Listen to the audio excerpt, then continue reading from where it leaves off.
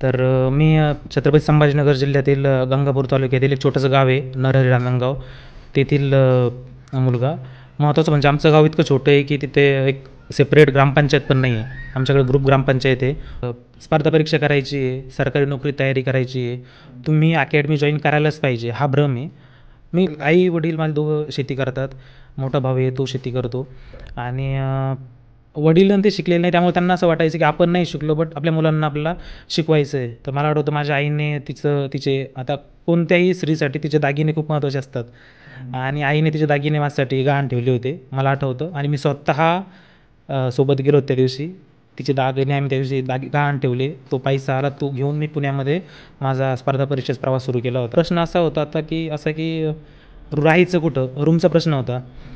तर मी त्यांना तो प्रश्न त्यांच्यासमोर मांडला आणि त्यांनी सांगितलं की रूमचा खर्च एवढं तर मी नाही हेल्प करू शकणार तुला, बट एक करू शकतो आपण एक माणुसकी म्हणून की अभ्यासिकेमध्ये तू झोपू शकतो किंवा मग सोशल मीडियावर नसलेलं नंतर हे मिस यू, लव यू ह्या गोष्टी शेवटपर्यंत नसतात साध्यत. त्या गोष्टी तुम्ही सक्सेस झाल्यानंतर सगळ्या येतात. मॅमना म्हणतो वडिलांना कॅमना मी गावात त्याच दिवशीच येईल ज्या दिवशी मला फायनल सिलेक्शन होईल रॅम्बो गुलाल पडेल. आणि त्यानंतर 4 ते 5 वर्षांना किंवा 3 वर्षानंतर लॉकडाऊन नंतर 3च वर्षात गोष्ट ही झाली की माझं गावामध्ये खूप मोठं जंगी गावकऱ्यांनी सत्कार केला. मग मुलं रडत नाही बाबा, रडतात पण ते पॉईंट आला पाहिजे, तो वेळ आला पाहिजे, तो काळ आला पाहिजे. रडतो मुलगा पण रडतो. ह्या सगळ्यांमध्ये मी सुसाईड अटेम्प्ट केलेलं होतं.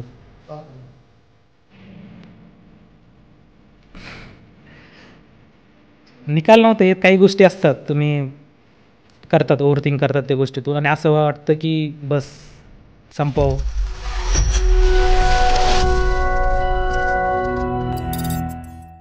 मंडळी, महाराष्ट्राला पुरोगामी विचारांचा महाराष्ट्र असं म्हणून ओळखलं जातं. मुंबई ही स्वप्नांची नगरी म्हणून ओळखली जाते. त्याच महाराष्ट्रातलं अजून एक शहर म्हणजे पुणे. विद्येचं माहेरघर असणाऱ्या या पुण्यामध्ये पश्चिम महाराष्ट्र, मराठवाडा, विदर्भ अशा महाराष्ट्राच्या कानाकोपऱ्यातून, खेडापाड्यातून अनेक तरुण तरुणी आपली स्वप्न पूर्ण करण्यासाठी हजर होतात. आपल्या स्वप्नांचा पाठलाग करण्यासाठी ते पुणे निवडतात आणि याच पुण्यामध्ये 5-5, 6-6 वर्ष राहून अभ्यास करून आपल्या स्वप्नांचा पाठलाग करण्याचा त्यांचा प्रयत्न सुरू असतो. आणि अशामध्ये काही तरुण तरुणी असतात जे आपल्या स्वप्नांना गवसणी घालतात. असंच एक व्यक्तिमत्व म्हणजे संभाजीनगर जिल्ह्यामधल्या गंगापूर तालुक्यातील रांजणगाव नरहरी इथले अमर म्हस्के. नुकतंच त्यांची फौजदार अर्थात पोलीस उपनिरीक्षक PSI पदी निवड झाले. आपल्या आजच्या कॅरी ऑन मराठीच्या पॉडकास्टमध्ये आपल्यासोबत जोडले गेलेले आहेत PSI अमर म्हस्के. नमस्कार सर. खूप खूप अभिनंदन आणि कॅरी ऑन मराठीच्या पॉडकास्टमध्ये तुमचं सहर्ष स्वागत. धन्यवाद सर. तर मग काय चाललंय सध्या? सध्या काही नाही सर, म्हणजे PSI झाल्यानंतर सगळीकडे सत्कार, सगळ्यांना शुभेच्छा वगैरे आल्या आणि सध्या मी ऑलरेडी सहकार अधिकारी म्हणून जॉईन होतो, तर मी जॉब सुरू आहे माझं. बरं. Yes sir. बरं, सुरुवात सांगा तुमची. कशी शिक्षण कसं झालं, लहानपण कसं गेलं, कुठं? तर मी छत्रपती संभाजीनगर जिल्ह्यातील गंगापूर तालुक्यातील एक छोटंसं गाव आहे नरहरी रांजणगाव. तेथील मुलगा. महत्त्वाचं म्हणजे आमचं गाव इतकं छोटं आहे की तिथे एक सेपरेट ग्रामपंचायत पण नाही आहे. आमच्याकडे ग्रुप ग्रामपंचायत आहे. खूप कमी लोकसंख्येचं गाव असलेलं, जिथला कोणताही मुलगा 10वीचं शिक्षण झाल्यानंतर विचार करतो की काहीतरी इन्कम चालू करून. आमच्या गावाकडे असं आहे की ठीक आहे, कोणीतरी मिस्त्रीच्या हाताखाली जाईल, फरची मिस्त्रीच्या हाताखाली जाईल आणि इन्कम सुरू करतो. बट हे सगळं सुरू असताना कुणीतरी असं बाहेरच, म्हणजे आपण म्हणतो ना की वे सोडून विचार करतो, तर ते माझ्या घरच्यांनी माझ्यासाठी केलं आणि मी 10वी नंतर आमच्या गावातील पहिला विद्यार्थी होतो जो बाहेर शिक्षणासाठी गेला. ठीक आहे. मग कॉलेज कुठं झालं तुमचं? हां, तर त्यानंतर सर मी माझं सगळ्यात पहिली शाळा, माझी 7वीपर्यंत शाळा आपली जिल्हा परिषद नरहरी रांजणगावमध्ये झालीच आणि 8वी 10वीपर्यंत शिक्षण शेजारच्या गावामध्ये झालं, वरखेड येथे माध्यमिक विद्यालय ठोळे. आणि त्यानंतर मी 11वी 12वीसाठी आमचा तो भाग सोडला आणि छत्रपती संभाजीनगरला देवगिरी कॉलेज येथे गेलो. माझं 11वी 12वी शिक्षण देवगिरी कॉलेजमध्ये झालं सायन्समधून. आणि त्यानंतर ग्रॅज्युएशनसाठी मी सरस्वती भुवन कॉलेज संभाजीनगर इथे. कशामधनं ग्रॅज्युएशन कंप्लीट झालं? माझं ग्रॅज्युएशन BSc मॅथ आणि कम्प्युटर सायन्समध्ये झालेलं आहे. म्हणजे थोडक्यात सायन्स विद्यार्थी तुम्ही? बरं. मग हे स्पर्धा परीक्षांकडे वळावं हे कधी तयार झालं? म्हणजे सायन्स विद्यार्थी म्हटलं की नॉर्मली काय एक इंजिनिअरिंग करायचं किंवा मेडिकल फील्डमध्ये जायचं आणि जॉब करायचा, पैसे कमवायचे, हेच टार्गेट असतं बऱ्यापैकी सगळ्यांचं. मग स्पर्धा परीक्षा करावा हे कसं काय? अच्छा, ओके.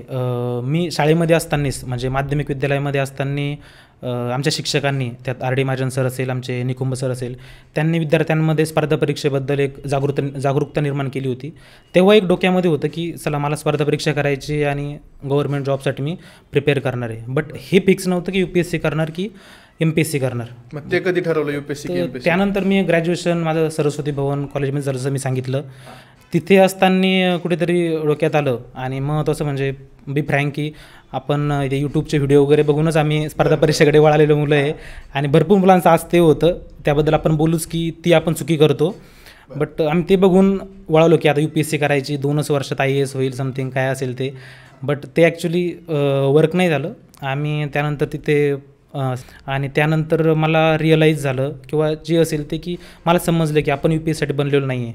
किंवा ते असतं ना, एक स्टेज असते, तुम्ही निर्णय घ्यायला पाहिजे आता की आपल्याला क्विट करायचं आहे. आपल्याकडून होतंही नाही होतंय, कुणीतरी नाही सांगू शकत आपल्याला. तुम्हाला स्वतःच समजतं की मी ह्या एक्झामसाठी लायबल आहे की नाही आहे. सो मला समजलं की UPSC माझ्याकडून नाही पॉसिबल होणार. कारण मला जर समजतं की UPSC पूर्णतः इंग्लिशमधून तुम्हाला क्वेश्चन असणार आहे.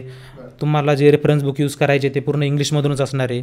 आणि आपण ग्रामीण भागातून आलेले मुलं 10वीचा इंग्लिशचा पेपर आपण पॅसेजमध्ये सारखे शब्द बघून पास झालेलं मुलं असतो, बी फ्रँक. आणि त्यामुळं मला काही दिवसातच समजलं की UPSC आपल्याकडून नाही रिकवर होणार आहे किंवा नाही पॉसिबल होणार आहे. तर मी शिफ्ट झालो आणि त्यानंतर मी लॉकडाऊनच्याच काही दिवस अगोदर किंवा आपण लॉकडाऊन नंतर म्हणता येईल, मी MPSC करण्याचा निर्णय घेतला.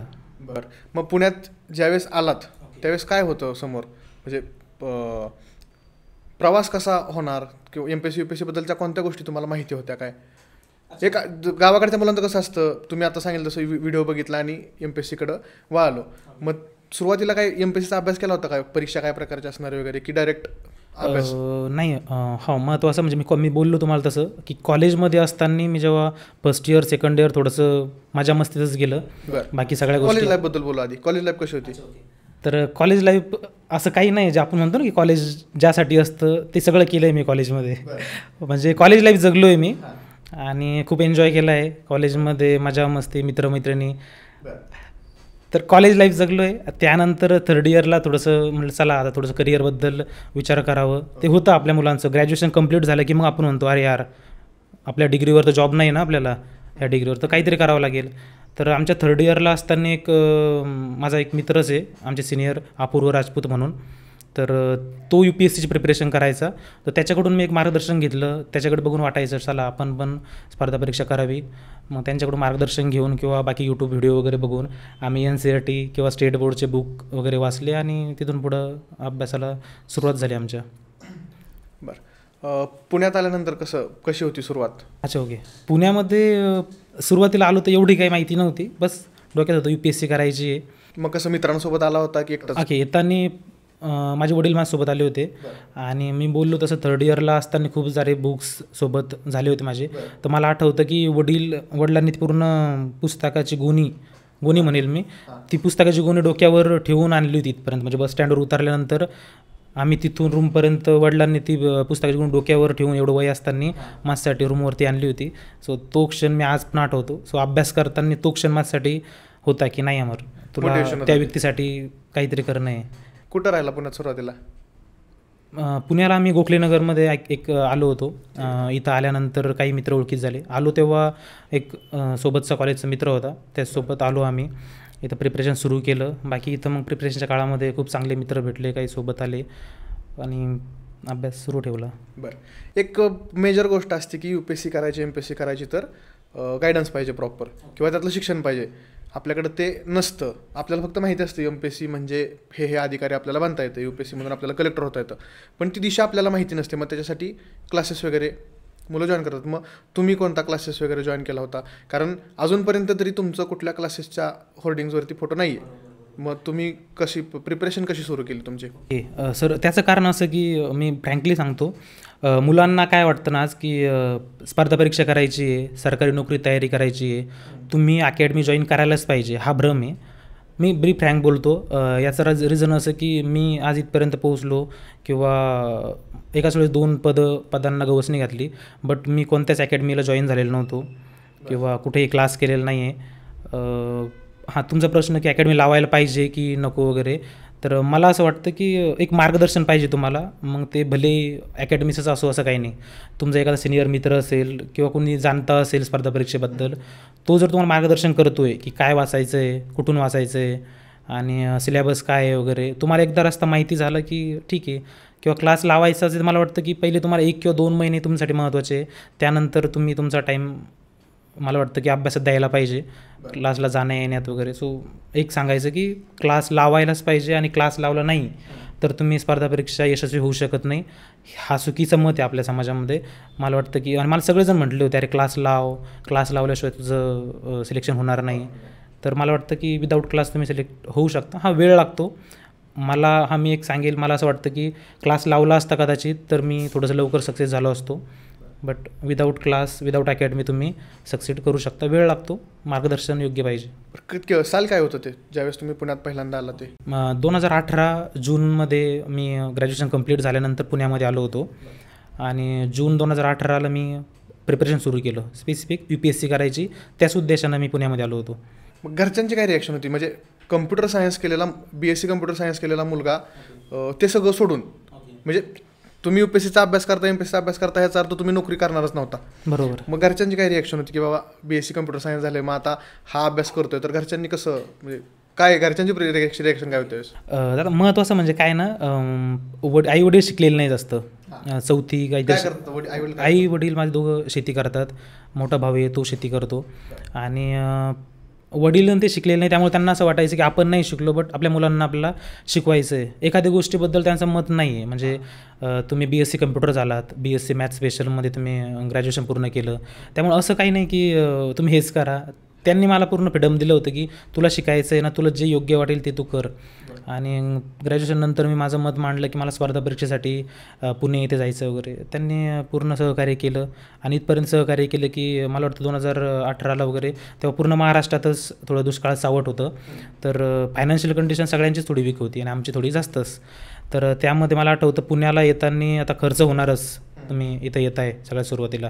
तर मला आठवतं माझ्या आईने तिचे आता कोणत्याही स्त्रीसाठी तिचे दागिने खूप महत्त्वाचे असतात आणि आईने तिचे दागिने माझ्यासाठी गहाण ठेवले होते, मला आठवतं. आणि मी स्वतः सोबत गेलो त्या दिवशी. तिचे दागिने आम्ही त्या दिवशी गहाण ठेवले. तो पैसा आला तो घेऊन मी पुण्यामध्ये माझा स्पर्धा परीक्षेचा प्रवास सुरू केला होता. त्यामुळं तो क्षण म्हणजे आज पण वाटतं की मागे, म्हणजे आपण म्हणतो ना की सक्सेस झाला तू, अभिनंदन तुला. मला वाटतं की ते सक्सेस तुमचं एकट्याचं नसतं, त्यामध्ये तुमचे आईवडील, तुमचे काही मित्र, काही रिलेटिव्ह सगळ्यांचं कंट्रीब्युशन असतं, त्यांचा त्याग असतो, म्हणून तुम्ही इथपर्यंत पोहोचता. बरं, मग ते सुरुवात झाली, मग तिथून पुढच्या खर्चाचं? हां, सगळं. मग तर मी इथे प्रिपरेशन सुरू केल्यानंतर 2-3 महिने घरून महिन्याला पैसे यायचे. बट काय होतं ना, किती खर्च व्हायचा काय महिन्याला? पुण्यामध्ये राहताय तुम्ही तर तुम्हाला 10,000 ते 12,000 रुपये खर्च आरामशीर येणारच. बट काय असतं ना की एका शेतकऱ्याचं इन्कम कधी येतं? दिवाळी किंवा दिवाळीनंतर, जेव्हा त्याचं पीक विकलं जातं किंवा पीक निघतं त्यानंतर वर्षातून एकदा त्याला इन्कम येणार आहे. बट त्यांचे मुलं जेव्हा स्पर्धा परीक्षेला बाहेर जात आहे, महिन्याला त्यांना पैसे द्यायचे, तर ती अरेंजमेंट लवकर होत नाही. आणि तेव्हा खूप धांदल उडाली होती घरच्यांची, किंवा महिन्याला 10-12,000 रुपये पाठवायचे कसे. तर त्या टायमाला झालं असं दादा की मी स्वतः समजून घेतल्या गोष्टी. कारण आपण 1 तारखेला फोन करतो आहे, सगळे मुलं स्पर्धा परीक्षेत समजून घेऊ शकतात की महिना जेव्हा सुरू होतो 1 तारखेला, आपण घरी फोन करतो, पप्पा किंवा मम्मी मला पैसे पाहिजे. आणि जेव्हा तिकून बापाचा आवाज थोडासा दबका आवाज येतो आहे, किंवा ते म्हणताय ठीक आहे दादा किंवा ठीक आहे दीदी, मी पैसे पाठवतो बट 2 दिवस लागतील, तर तो मुलगा समजून घेतो लगेच की घरी काहीतरी अडचण आहे, पैसे नाही आहे यांच्याकडे, ते गावात कोणाकडून मागणार आहे किंवा शेजारा कोणाकडून तुम्ही मागणार आहे की आमचा मुलगा किंवा आमचा मुलगी बाहेर शिकतोय, त्याला पैसे पाठवायचे, आम्ही देऊ तुम्हाला नंतर. सो असं व्हायचं. तर तेवढं समजदार तर कोणता स्पर्धा परीक्षेत झालेला मुलगा झालेला असतो, त्याला ती गोष्ट समजते लगेच. तर ती गोष्ट व्हायची. तर मी ती भावाला बोललो की ठीक आहे दादा, म्हणजे मी स्वतः करेल काहीतरी, माझ्याकडून जे होईल ते. आणि त्यांनी त्यानंतर, म्हणजे मी त्यानंतर पार्ट टाईम जॉब सुरू केला दादा. बरं, हां, त्याच्याबद्दल बोलणारच होतो मी. माहिती मिळाली तशी की लायब्ररीमध्येच काहीतरी तुम्ही. हां, तर मला असं जॉब बघायचं होतं जिथं म्हणजे माझा इथला खर्च निघेल, इन्कम नव्हतं पाहिजे, पण इथं राहतोय खातोय त्याचा खर्च निघेल आणि मी अभ्यास पण करू शकेल. तर आपण म्हणतो ना की तुमच्या वाईट काळात कुणीतरी एक येतोच देवासारखा, जो तुम्हाला हेल्प करतो. तर मग त्यानंतर पुण्यामध्ये मला एक मित्राने सल्ला दिला की बाबा एक ज्ञान साधना अभ्यासिका आहे आणि तिथे ऋषिकेश सर म्हणून आहे. तर त्यांना मी भेटलो, त्यांना सांगितलं सर अशी कंडिशन आहे आणि त्यांनी आपण म्हणतो ना देव माणूस, त्यांनी मला ती हेल्प केली. त्यांनी मला तिथं त्यांच्या अभ्यासिकेवर कोऑर्डिनेटर म्हणून जॉब दिला. काय काम काय तर तिथे मी अभ्यासिका सांभाळायचो. म्हणजे मला असं झालं की अभ्यासिका सांभाळायची आणि त्यातून मला 1,500-2,000 रुपये देणार होते. त्यामधून माझी मेसचा खर्च निघायचा. पण प्रश्न असा होता आता की राहायचं कुठं, रूमचा प्रश्न होता. तर मी त्यांना तो प्रश्न त्यांच्यासमोर मांडला आणि त्यांनी सांगितलं की बाबा रूमचा खर्च एवढं तर मी नाही हेल्प करू शकणार तुला, बट एक करू शकतो आपण एक माणुसकी म्हणून की अभ्यासिकेमध्ये तू झोपू शकतो. तर तू ते करू शकतो. आणि ही गोष्ट आज बोलतोय म्हणजे वडिलांना त्यांना घरी कोणाला माहिती नव्हतं. रिझल्ट वगैरे झाल्यानंतर किंवा पुणे सोडून गेल्यानंतर सगळ्यांना माहिती झालं. तर जॉब करतो माहिती होतं, बट रूमवरती लॅबमध्ये झोपतोय किंवा हे करतो हे नव्हतं माहिती. तर मी लॅबमध्ये झोपायचो. मग म्हणजे रुटीन असं होतं आता माझं, मी मॉर्निंग 6ला उठायचो, लॅब उघडायची, साफ वगैरे करायची, 7 वाजता लॅब ओपन करायची आणि रात्री 11 वाजता लॅब बंद झाल्यानंतर आपण तिथंच ते टेबल वगैरे बाजूला करायचे, पोटमाळीवरून गादी काढायची टाकायची आणि आपण झोपायचं, परत मॉर्निंगला उठायचं. ते रुटीन होतं माझं. बट त्यामध्ये असं झालं की रूमचा प्रश्न मिटला, तुमचा मेसचा मिटला, लायब्ररीचा मिटला, बट बाकी खर्च तुमचा नाश्ता चहा वगैरे ते नव्हतं मॅनेज होत माझ्याकडून. तर मी आणि आमच्या अभ्यासिकेमध्ये मग अभ्यासिका साफ करण्यासाठी झाडण्यासाठी वगैरे एक बाई यायची. तर मी आमच्या सरांना खूप पोलाइटली बोललो की सर जर जमत असेल तर त्यांना नाही म्हणून सांगा, मी करेल हे मॅनेज. त्यांना पण असं वाटलं की बाबा स्पर्धा परीक्षेचा विद्यार्थी आहे, हा करतोय अभ्यास करतोय, याला कसं ना झाडायला वगैरे लावायचं. बट त्यांना मी रिक्वेस्ट केली, त्यांनी ती गोष्ट ऐकली. तर आम्ही त्या बाईला त्यांचा तो आपण म्हणून त्यांचं काम आम्ही त्यांच्या हातून काढून घेतलं, ते मी करायचो. बट झालं असं की आपण म्हणतो आपले मुलं घाबरतात की नको मराठी शब्द पचका होईल माझा, लाज वाटली बाबा समोरचा काय विचार करेल. अभ्यासिकेत मुलं मैत्रिणी वगैरे मित्र असतात, तर त्यांना जर माहिती झालं की अरे हा टॉयलेट साफ करतोय किंवा अभ्यासिका झाडतोय, तर मी काय करायचो मग 11 वाजता लॅब बंद झाली, मुलं सगळे बाहेर गेली की टेरेसवरती जाऊन बघायचो सगळे गेले का. सगळे गेले म्हटल्यावर मी यायचो, झाडून घ्यायचो, पोछा मारायचो, टॉयलेट साफ करायचो आणि तो कचरा बाहेर फेकून यायचो. म्हणजे तो कचरा टाकतो आपण टाकून यायचो. याची मी काळजी घेतली की कुणी बघावं नाही. बट अभ्यासिकेतले काही जवळचे मित्र होते किंवा जे त्यांना खरंच सहानुभूती होती की करतोय मुलगा, त्यांना माहिती होते. तर मी सांगेल धन्यवाद त्या व्यक्तीला जो अभ्यासिकेत भेटला, ऋषिकेश सर. त्यांनी खूप गोष्टी समजून घेतल्या, मला हेल्प केली. आपण म्हणतो ना एक मुलासारखी त्यांनी हेल्प केली. फक्त अभ्यासिकेत ठेवलं तर नाही, बट होतं तुमच्या प्रिपरेशनच्या काळामध्ये तुम्ही कधी कधी इमोशनली डाऊन होतात. त्यांनी मला इमोशनली सपोर्ट केलेला आहे, त्यांनी माझा वाईट काळ तो बघितलेला आहे. सो त्यांनी समजून सांगितलेलं आहे खूप गोष्टी आणि तो व्यक्ती मी आज त्यांना धन्यवाद मानतो. त्यांची पण भेट घेतली मी. सो ठीक आहे, म्हणजे असं काम करत करत तुमची एक जर्नी अभ्यासाची सुरू होती. मग समजा आपण क्लासेस तुम्ही मागाशी क्लासेसचं एक छान स्पष्टीकरण दिलं की एक गायडन्स हवा म्हणून आपल्याला क्लासेस गरजेत, पण खूप काळासाठी किंवा त्याच्याशिवाय होतच नाही असं नाही आहे. पण मग एखादी शंका आली, क्लासेसवाली लोक जे विद्यार्थी आहेत जे ॲस्पायरंट्स आहेत ते त्यांच्या शिक्षकांकडे जाऊन त्यांच्या प्रॉब्लेम सॉल्व्ह करून घेऊ शकतात. मग तुम्ही त्यावेळेस काय तुमची प्रोसेस काय असायची? एखादी अडचण आली तुम्हाला तर? बरोबर. तर त्यावेळेस मी बऱ्यापैकी यूट्यूबचाच वापर करून घेतला होता. म्हणजे काही आजकाल यूट्यूबवरती तुम्हाला प्रत्येक अकॅडमीचे किंवा अकॅडमी सोडून तुम्ही बघा, एखादा मुलगा सक्सेस झाला आहे, एखादे सर झाले, मोठ्या पदावर गेले, त्यांचं पूर्ण गायडन्स तुम्हाला भेटत असतं. आणि आजकाल प्रत्येकजण एक हेल्प नेचरचं झालेलं आहे. सोशल मीडियावर सगळ्यांचे कॉन्टॅक्ट वगैरे होतात, तर मला वाटतं तिथं तुम्ही त्यांना गोष्टी सगळ्या विचारू शकतात.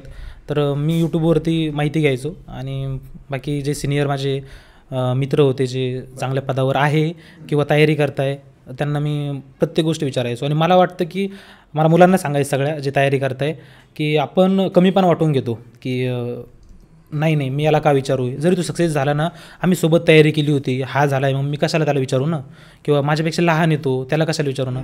तर माझं मत असं आहे, आपण आपल्या गावाकडील भाषेत म्हणतो ना की लहान बापचं होऊन जायचं. की तुम्ही ठीक आहे ना, काय वाटतं काय ठीक आहे ना, तुम्हाला जर त्याच्यातून काहीतरी मिळतं आहे तर तुम्ही ज्युनियर होऊन जायला काहीच हरकत नाही. तुम्ही त्याला सरळ विचारायला पाहिजे, अरे दादा हे कसं आहे, मला सांग, मला समजाव. आणि त्याला छान वाटतं, सगळं सांगतो तो. उलटं मी बी त्याच्यापेक्षा एक प्लस पॉईंटमध्ये सांगेल, पण तुम्ही विचारायला पाहिजे. आणि विद्यार्थी तेच कमीपणा वाटून घेतात मे बी की नाही मी का विचारू ना, तो नाही विचारत. मग यूट्यूबवरती वगैरे तुम्ही ज्यावेळेस बघत होता, आता 2018-19चा पिरियड म्हणजे त्यावेळेस टिकटॉक होतं माझ्या मते काहीतरी, पबजी पण त्यावेळेस सुरू झालं होतं, मग हे डिस्ट्रॅक्शन्स येत नव्हते का त्यावेळेस? हां, तर मला हे आवर्जून सांगायचं आहे की कॉलेज संपल्यानंतर म्हणजे 2018 जून कॉलेज संपलं. मी सगळ्यांना सांगेल की जून 18ला मी माझं सोशल मीडिया सगळे अकाउंट डिॲक्टिवेट केले होते आता. आणि ज्या दिवशी माझा रिझल्ट आला सहकार अधिकारी म्हणून आणि नंतर PSI म्हणून, ज्या दिवशी निकाल आला माझा त्या दिवसापासून मी माझे सोशल मीडिया अकाउंट्स ॲक्टिव्ह केले होते. म्हणजे मागचे 5 ते 6 वर्ष मी न व्हॉट्सॲपवरती होतो, न इंस्टाग्रामवरती होतो, न फेसबुकवरती होतो. मी सोशल मीडियावर सगळीकडे डिॲक्टिव्हेट होतो. मला वाटतं त्या गोष्टीचा मला खूप फायदा झाला आणि मी पुढे सक्सीड करू शकलो. मग त्या गोष्टी तुम्ही बंदच केलं होतं थोडक्यात? सगळं बंद केलं होतं. बंदच करावं की कंट्रोल करू शकतो? तुमच्यावर येते. काही मुलांना जर कंट्रोल होत असेल की ठीक आहे ना, म्हणजे गोष्ट काय होते, तुम्ही आता आजकाल सगळेजण ऑनलाईन अभ्यास करताय, तुम्ही एखादा अभ्यासाचा व्हिडिओ बघताय, वरून मेसेज येतो आय मिस यू किंवा मेसेज येतो मित्राचा, चल ना भेटायला जाऊ किंवा पार्टी करू, चहा घ्यायला जाऊ. नाही कंट्रोल होत ना. तुम्हाला मित्र बोलवतोय चहा घ्यायला, चल, तुम्ही जातात चहा घ्यायला लगेच. किंवा मग एखाद्याचा कॉल आला आहे तुम्ही तेव्हा कॉल नाही अभ्यास करायचा आहे मला, तुम्ही कॉल नाही घेत. बट नंतरच्या 2 मिनटात तुम्ही विचार करता, चला याला कॉल कशासाठी केला असेल, काही काम असेल की काय, कुठं जायचं आहे की काय, तुमचं मनच लागत नाही अभ्यासामध्ये. त्यामुळे मला वाटतं की तुम्ही एक मोबाईल बंद ठेवलेला चांगला, किंवा मग सोशल मीडियावर नसलेलं नंतर हे मिस यू, लव यू ह्या गोष्टी शेवटपर्यंत नसतात साध्यत. त्या गोष्टी तुम्ही सक्सेस झाल्यानंतर सगळ्या येतात. सो मला वाटतं फोकस्ड आपलं करायचं काय आहे, प्रायोरिटी महत्त्वाची. तुमची प्रायोरिटी काय आहे सध्या? तुम्हाला गव्हर्नमेंट जॉब मिळवायचं आहे, तुम्हाला आईवडिलाचं नाव काहीतरी मिळवायचं आहे. सो मला वाटतं की डिस्ट्रॅक्शन असतातच. सो तुम्ही सोशल मीडियावर नसावं असं मला वाटतं जोपर्यंत तुम्ही सक्सेस होत नाही. आणि असणार असाल तर तेवढं तुम्ही कंट्रोल ठेवलं पाहिजे की नाही, मला ह्या टायमात मी सोशल मीडिया यूज करणार आहे, या टायमात मला स्टडी आणि फक्त स्टडी करायचं आहे. बरं, मग आता पूर्ण स्टडी करत होता तुम्ही त्यावेळेस. मी एका फेमस कोचिंग क्लासेस आहेत एक, त्यांच्या एका सरांचं मी एक भाषण ऐकलं होतं. त्याच्यामध्ये ते बोलत होते की आठवड्यातून एक मूव्ही बघितला पाहिजे, किंवा तुमचं माइंड काहीतरी फ्रेश झालं पाहिजे, तुम्ही मित्रांशी गप्पा मारा. मग तुम्ही काय करायचं? असं कधीतरी असं होतं ना की आपल्याला रिफ्रेशमेंट पाहिजे, किंवा दिवसभरात समजा तुम्ही 12 तास 16 तास अभ्यास करताय, त्या 16 तासामधले एखादा तास असा असतो की आपल्याला काहीतरी रिफ्रेशमेंट पाहिजे. मग त्यावेळेस तुम्ही काय करायचं? मोबाईल यूज करत नव्हतो मी, म्हणजे माझं सोशल मीडियावर अकाउंट नव्हतं. बट हां, मी आपलं यूट्यूबवरती वगैरे काही व्हिडिओज बघणं, काहीतरी कॉमेडी शोज वगैरे बघणं, किंवा त्यापेक्षा मी एक आणखी एक गोष्ट करायचो की मी मंदिरात जायचो. मला असं वाटतं की जी गोष्ट तुम्हाला समाजात बाकीकडे भेटत नाही आहे, किंवा तुम्ही खूप डिस्टर्ब झालात, तुम्ही मंदिरात जाऊन बसला ना, तिथं खूप शांती आहे दादा. म्हणजे मंदिरात जाऊन बसा, फक्त तुम्हाला तुमच्या सगळ्या प्रश्नांची उत्तरं भेटतात. म्हणजे मला असं वाटतं की तुम्ही एकट्यात बसा, मंदिरात बसा, कुठं निसर्गरम्य वातावरणात बसा, एकट्यात बसा, तुमच्या सगळ्या प्रश्नांची उत्तरं तुम्हाला भेटून जातात. मग हा प्रवास झाला, मी ह्या प्रवासामध्ये किती वेळा एक्झाम दिली वगैरे? मी 2018 जून प्रिपरेशन सुरू केलं. पहिला अटेम्प्ट मी UPSC दिला आणि एक आखरी अटेम्प्ट दिला. त्यानंतर मी अटेम्प्ट नाही दिला. आता मे बी ट्राय करेल, बट तेव्हा नाही दिला. कारण तो अटेम्प्ट द्यायच्या अगोदरच मला समजलं UPSC अपने बस की बात नाही आहे बाई. तर मी UPSC प्रिपरेशन बंद केलं. आणि ते काय होतं ना, तेव्हा ते तुम्ही इमॅच्युअर असता, किंवा तुम्हाला स्पर्धा परीक्षेबद्दल तेवढं ज्ञान नसतं. मी काय केलं ना, कुठेतरी एखादी एक्झाम आली, 2 महिन्याने एक्झाम आहे, सिलेबस डाउनलोड करणार, एखादं बुक घेणार, 2 महिने अभ्यास करायचा आणि पास व्हायचं आणि निघायचं इथून.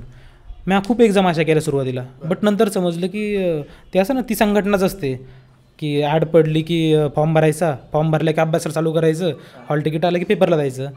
बट नाही, मला वाटतं प्रोसेस आहे, तुम्ही प्रोसेसनं जायला पाहिजे.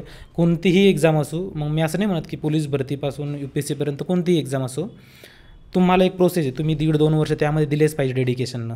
त्यानंतर कंटिन्युटी लई महत्त्वाची आहे. तुम्ही जर 8 दिवस अभ्यास करताय सकाळ संध्याकाळ, नंतर तुम्ही 4 दिवस मामाच्या गावी जाताय, किंवा मैत्रिणीसोबत फिरायला जाताय, किंवा काही गोष्टी असो, त्या गोष्टीचा काही फायदा नाही. मला वाटतं तुम्ही रोज, असं नाही की 8 आणि 10 तास अभ्यास झालाच पाहिजे, रोज 2 तास का होईना पण कंटिन्यू अभ्यास करा. आणि त्याबद्दलचा एक प्रश्न आहे, तुम्ही किती वेळ करायचा अभ्यास दिवसातून? ओके, मी बोललो की UPSCचं 1 वर्ष आपण सोडून देऊ. त्या टायमात माझ्याकडून अभ्यास एवढा खास झाला नाही. मी जेव्हा 2020 नंतर किंवा लॉकडाऊन नंतर मी जेव्हा MPSCसाठी अभ्यासाला लागलो, तर माझ्याकडं असं होतं, आता मी सोशल मीडियावर नव्हतो, मी माझा नंबर मोबाईल मुद्दाम चेंज केलेला होता की मला कोणाचे कॉल वगैरे नव्हते पाहिजे. तर माझ्याकडं असं होतं की माझी झोप, माझं जेवण आणि घरच्यांचे जे मला फायनान्शियल सपोर्ट करत आहे त्यांच्याशी कॉल व्यतिरिक्त माझ्याकडे काहीच नव्हतं करण्यासारखं.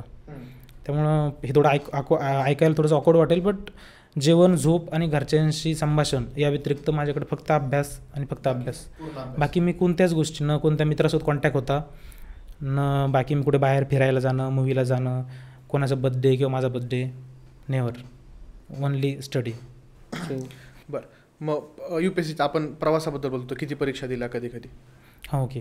तर मी 2018 UPSC एक अटेम्प्ट दिला. त्यानंतर 19, 20, 21, 22 मी त्यानंतर पूर्ण MPSCचेच अटेम्प्ट दिले. मी 2018ला ॲपियर होतो तेव्हा मी एक अटेम्प्ट दिलेला MPSCचा कंबाईनचा. आणि त्यानंतर माझे 4 अटेम्प्ट, म्हणजे मी PSI झालो, हा माझा 4था अटेम्प्ट होता. मग त्याच्यामध्ये काही सक्सेस आलं होता ह्याच्या अगोदर? 2020ला दादा मी कंबाईनचा पेपर दिला होता. त्यावेळेस मी खूप जास्त अभ्यास केलेला आणि डेडिकेशन, आपण म्हणतो ना की जीव तोडून मेहनत करतो आपण सगळ्या गोष्टी सोडून, तेवढा अभ्यास केलेला. बट काही गोष्टी म्हणजे त्यामध्ये त्यांनी, आता सगळ्या मुलांना माहिती आहे की 2020चे काही क्वेश्चन्स कॅन्सल केले होते, म्हणजे सेकंड की लागली, उत्तर बदलून दिले गेले, नंतर ते क्वेश्चन कॅन्सल झाले. त्या प्रोसेसमध्ये मी बाहेर पडलो तिथून. त्यानंतर तो 1 वर्ष पूर्ण गेला. 21ला परत अटेम्प्ट दिला, प्रिलिम्स निघाली. बट मेन्सला असं होतं, पहिली मेन्स आहे आणि आज शेवटची पायरी. आता इथून पलीकडे गेली की माझं हा प्रवास संपला आणि चांगली लाईफ सुरू होईल, गव्हर्नमेंट जॉब भेटेल. STIसाठी मी होतो मेन्सला. बट त्या नर्वसनेसमध्ये त्या पेपरचे 60 मिनिट तुम्ही मॅनेज करणं खूप महत्त्वाचं असतं. ते 60 मिनिटात 100 क्वेश्चन, हे गणित ज्याला जमलं तो स्पर्धा परीक्षेत यशस्वी झाला. तर तिथं मी नर्वस झालो. म्हणजे मी जसं क्वेश्चन अटेम्प्ट करत होतो, लाईननं क्वेश्चन होतं दादा, 11 ते 15 मी ते सॉल्व केले आणि OMR शीटवर टिक करायचे होते. आणि ते 11 ते 15 टिक करण्याऐवजी मी ते 10 ते 14 टिक केले. म्हणजे पूर्ण 5ची लाईन चुकली तुमची आणि तुमचे 5 मार्क नाही गेले. तर स्पर्धा परीक्षा अशी की तुमचे 5 मार्क गेले, त्याचसोबत तुमचे निगेटिव्हमध्ये जाणार आहे तुम्ही. म्हणजे तुम्हाला भेटलेल्या मार्कातून पण तुमचे काही मार्क्स कमी होणार आहे. बाहेर पडलो. मला तेव्हाच समजलं की आपण संपलो आहे किंवा आपण आता इथून बाहेर आलो आहे. तरी पुढचा पेपर दिला, पेपर कंप्लीट केला, बट खूप नर्वसनेसमध्ये होतो की आपण बाहेर आलो आहे. आणि फक्त बाहेर आलो आहे असं नाही, स्पर्धा परीक्षा अशी आहे की तुम्ही एक पेपर फेल झाला, तुम्हाला परत 1 वर्ष वाट पाहणं आहे, 1 वर्षानंतर पेपर होणार आहे आणि परत तुम्हाला ABCD सुरू करणं आहे. म्हणजे मी एक्झाम्पल सांगेल की आपण म्हणतो ना 10वीला फेल झालो एका विषयामध्ये, तर तो पेपर परत देऊ शकतो आपण, 10वी पास होतो. स्पर्धा परीक्षेमध्ये तसं नाही आहे. तुम्ही 10वी फेल झाला आणि तुम्हाला परत पहिली लिहायचं आहे, तुम्हाला परत पहिली, दुसरी, तिसरी कंप्लीट करायचं, 10वी लिहायचं आहे. ते एक जोक असल्यासारखं, लहान एक मोठा झालेला माणूस म्हणतो की मला मारायचं नाही, का मारायचं नाही, तर परत पहिलीपासून सुरुवात करायची, तुम्हाला परत पहिल्यापासून सुरुवात करायची. तर ती गोष्ट इथे, तुम्ही इंटरव्ह्यूमध्ये फेल झालात, तुम्हाला परत प्रिलिम्स द्यायची आहे. प्रिलिम्स ॲक्च्युअली आता कॉम्पिटिशन तुम्हाला माहिती आहे की 5 लाख मुलं प्रिलिम्स देतात. तुम्हाला ते 5 लाख मुलांमध्ये खेळायचं आहे. त्यानंतर मेन्स होईल, मेन्सला 10,000 मुलं असतात. नंतर ग्राउंड होतं PSIचं, नंतर इंटरव्ह्यू होतो. म्हणजे तुम्ही इंटरव्ह्यू मला 500 जर जागा आहे तर 1,500 मुलं इंटरव्ह्यूला असतात. तुम्ही तिथं फेल झाल्यानंतर तुम्हाला परत प्रिलिम्सला यायचं आहे, तुम्हाला परत 5 लाख मुलांमध्ये खेळायचं आहे. सो तो एक टफ चॅलेंज असतं खूप जास्त ते. सो तिथं मी बाहेर आलो. नंतर 22 प्रिलिम्स, मेन्स. मग आत्ता जी परीक्षा तुम्ही पास झालात किंवा सिलेक्शन झाले ती 2022चा पेपर आहे माझा. 2022ला येईल जाहिराती. बरं. आता मेजर फॅक्टर ह्या सगळ्या स्पर्धा परीक्षा करणाऱ्या विद्यार्थ्यांच्यामध्ये सगळ्यात मोठा फॅक्टर होता कोविडचा.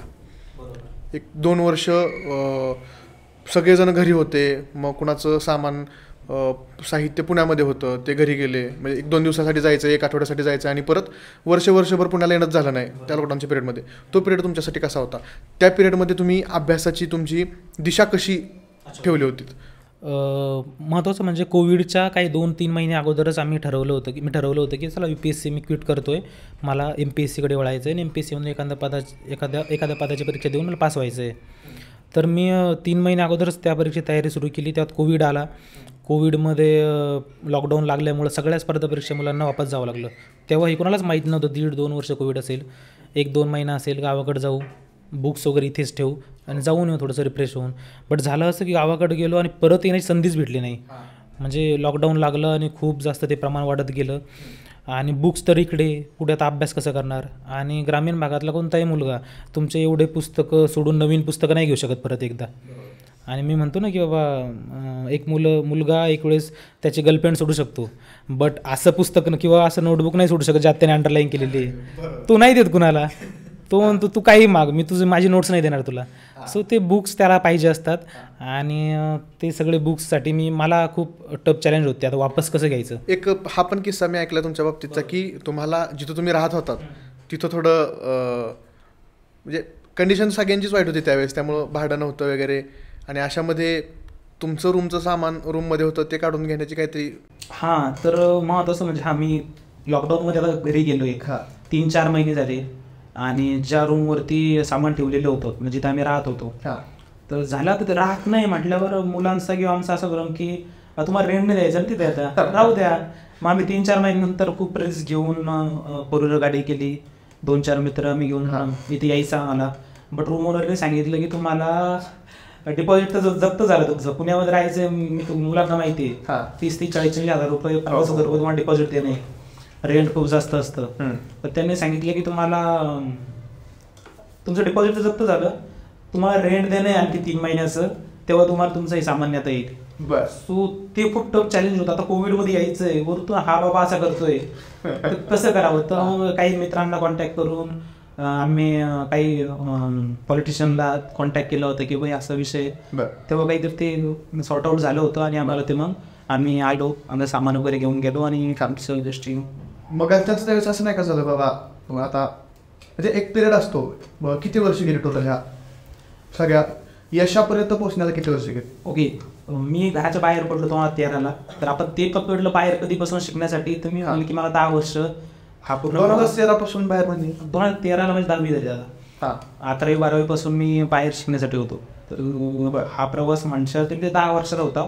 पण ॲक्च्युअली स्पर्धा परीक्षेला मी 2018-19 जे स्पर्धा परीक्षेसाठी मला 5 वर्ष लागले. पंचवार्षिक योजना असतो, स्पर्धा परीक्षेच्या विद्यार्थ्यांना पंचवार्षिक योजना द्यावी लागणं हे खरंच चुकीचं आहे. एवढे वर्ष नाही लागायला पाहिजे. कारण काय असतं ना, 5 वर्ष झाल्यानंतर तुम्ही सक्सेस होताय, तो इट्स वर्थ इट. म्हणजे तुम्हाला वाटतं ठीक आहे ना, झालंय, मागचं काही विषय नाही. पण इथपर्यंत आल्यानंतर जेव्हा तुम्हाला समजतंय आता मी सक्सेस होत नाही, आता मला इथून परत वापस जावं लागतंय, शेती करावी लागते, तर थोडंसं आवडतं. कारण काय, शेती करायला लाज नाही वाटत आहे, आपण शेतकऱ्याचे मुलं आहे. बट गोष्ट अशी होती दादा की तुम्ही इथून आता वापस जाताय, शेतामध्ये जाताय ना, शेजार सहज म्हणतो तो साहेब अरे का पोस्ट कधी येते, पोस्ट कधी, हो सर पुढं वखराला चालले का, ते थोडंसं पोचतं की साहेब किंवा हे थोडंसं. मग तुमच्यासोबत कधी व्हायचं घरी गेल्यावर? खूप जास्त. मी जर घरी गेलोय, आपल्याला असं वाटतं कोणत्याही मुलाला घरी गेल्यावर आई वडिलांना भावाला थोडं शेतामध्ये कामाला मदत करावी वगैरे. तर गेल्यानंतर आपण शेतामध्ये जातोच, तर शेजारी वगैरे माझ्या जाऊ साहेब आले का, साहेब तुम्ही मुख लागताय, किंवा साहेब तुम्ही आज कसं काय शेतामध्ये, किती दिवस, टोमणेच असायचं ना सर. तुम्ही रिप्लाय द्यायचा की नाही, मी त्या गोष्टीला म्हणजे मी अडॉप्ट करून घेतलं की ठीक आहे ना, आता बोलून काय ना, आणखी आपण हर्ट होणारी, त्यापेक्षा स्माईल करायचं. घरचे काही नाही, तेव्हा त्यांच्या उत्तर बसायचं ना, ते काय बोलणार त्या गोष्टीला. बट आता मुद्दाम शेतामध्ये जातो आणि वडील मुद्दाम त्यांना सांगतात की साहेब आले बरं. अच्छा ओके, त्या गोष्टीचं झालं की मग ह्या गोष्टी व्हायच्या. गावातून मला विचारलं जायचं, मी नाव नाही घेणार, पण गावातून काही लोक म्हणायचे की अरे अमर किती दिवस शिकणारे, किती दिवस बापाच्या किंवा भावाच्या जीवावर माझे तुकडे मोडणारे, ह्या गोष्टी व्हायच्या. आणि किंवा काही गोष्ट काही ठीक आहे बाबा, त्यांचे ते सहानुभूती पोटी विचारू की किती दिवस शिकणारे, अजून किती दिवस आहे. बट ते स्पर्धा परीक्षा विद्यार्थ्यांना खूप लागते की बाबा असा क्वेश्चन नको यायला ना, आणि किती दिवस लागणार आपल्याला नाही माहिती. मग त्यामुळे काय व्हायचं, या गोष्टी मनस्ताप व्हायचं या गोष्टी जास्त. मी काय करायचो, घरी जर गेलो ना, आम्ही मळ्यात राहतो, घरी जायचं, घरीच थांबायचं, आई वडिलांना भेटायचं, दुसऱ्या दिवशी पहाटेच कल्टी मारायची, गावात जायचं. तर वडिलांना असं वाटायचं की हा का घरातच बसून राहतोय फक्त. वडिलांना वाटतं की बाहेर जावं, मित्रांवर बसावं, थोडं रिलॅक्स होईल, अभ्यासाचं टेन्शन नको घ्यावं मुलांना, थोडं बाहेर जा, घरात काय बाळ. आता वडील सहज बोलून जायचे की घरात काय बाळातली जागा बसलाय, जा बाहेर. तर हे थोडंसं ठीक आहे मी म्हणायचं. आणि मी वडिलांना बोललेलो की सहज आमचं संभाषण चालू की यांना म्हणतो वडिलांना की यांना मी गावात त्याच दिवशी जाईल ज्या दिवशी माझं फायनल सिलेक्शन होईल आणि अंगावर गुलाल पडेल. आणि त्यानंतर 4 ते 5 वर्षांना किंवा 3 वर्षानंतर, लॉकडाऊन नंतर 3च वर्षात गोष्ट ही झाली की माझं गावामध्ये खूप मोठं जंगी गावकऱ्यांनी सत्कार केला, स्वागत केलं. आणि 5 वर्ष झाले असतील. त्यानंतर मी गावात माझी एंट्री होती. मी गावात कधीच गेलो नाही 5 वर्षात. गेलो तेव्हा सत्कार करण्यासाठीच गेलो आणि तो माझा नाही तर माझ्या आईवडिलांचा पण सत्कार होता. बरं, पहिली तुम्हाला प्रोसेस कुठे निघाली होती त्याच्याबद्दल? हां, मी ही प्रोसेस आणि कधी निघाले होते ते? ओके, PSI आज मी झालो आहे ती 2022ची जाहिरात आहे. हां, आपल्याला ऐकायला पोहे वाटतं की 22ची जाहिरात 24मध्ये कसं झाला, बट इन केसची प्रोसेस लेंदी असते. लेंदी असतात. आणि त्यामध्ये बरं एक आणखी ॲड करते की प्रोसेसमध्ये एक गोष्ट ॲड होती की ती बोलायला नाही पाहिजे आपण, बट प्रिलिम्स त्यानंतर आंदोलन मग रिझल्ट, मेन्स आंदोलन मग आता result. सुद्धा एक आंदोलन झालं नुकतंच. त्याच्यामुळे परीक्षा आता जी होती ह्या गोष्टी होत आहेत. ह्या गोष्टींबद्दल म्हणजे ह्या गोष्टी कशामुळे होत आहेत नक्की काय? प्रोसेस मुलांना वाटतं की प्रोसेस व्हायला पाहिजे ना, तुम्ही परीक्षा घेताय 1 वर्षामध्ये प्रोसेस पूर्ण करा, बट काहीतरी गोष्टी होतात. मे बी इच्छाशक्ती असेल किंवा प्रेशर असेल काही गोष्टींचं, बट खूप प्रोसेस लांब होते. एखादी आता PSI 2022ची बॅच आहे, 24मध्ये रिझल्ट लागला, आणखी पुढची प्रोसेस बाकी आहे. तर एका एक्झामसाठी 3 वर्ष जात आहे. ही गोष्ट थोडीशी हा, मग ते त्या विद्यार्थ्याचं पण ते दोन मानसिक खच्चीकरण हां. 2 गट होतात ना. आता जी परीक्षा पोस्टपोन झाली किंवा कोणती परीक्षा पोस्टपोन केली जाते, 2 गट असतात. एकांना वाटतं की असं गोष्ट व्हावं म्हणून तो काहीतरी PIL टाकतो, मॅटमध्ये जातो. दुसरा गट अभ्यासिकेवर अभ्यास करत असतो. एक गोष्ट झाल्यानंतर दुसरा गट पूर्ण जो अभ्यास करतो तो डिमोटिवेट होऊन जातो. प्रोसेस लागते पूर्ण ती गोष्ट. बरं, तर आपला प्रश्न होता की तेव्हा काय करत होतं. ही प्रोसेस जी 3 वर्ष लांबली आमची, मी 22ला पेपर दिलेला, पण आमचं PSIचं ग्राउंड होण्याच्या अगोदर मला सहकार अधिकारी म्हणून निकाल ऐकला. बरं, ती कधी होती गोष्ट?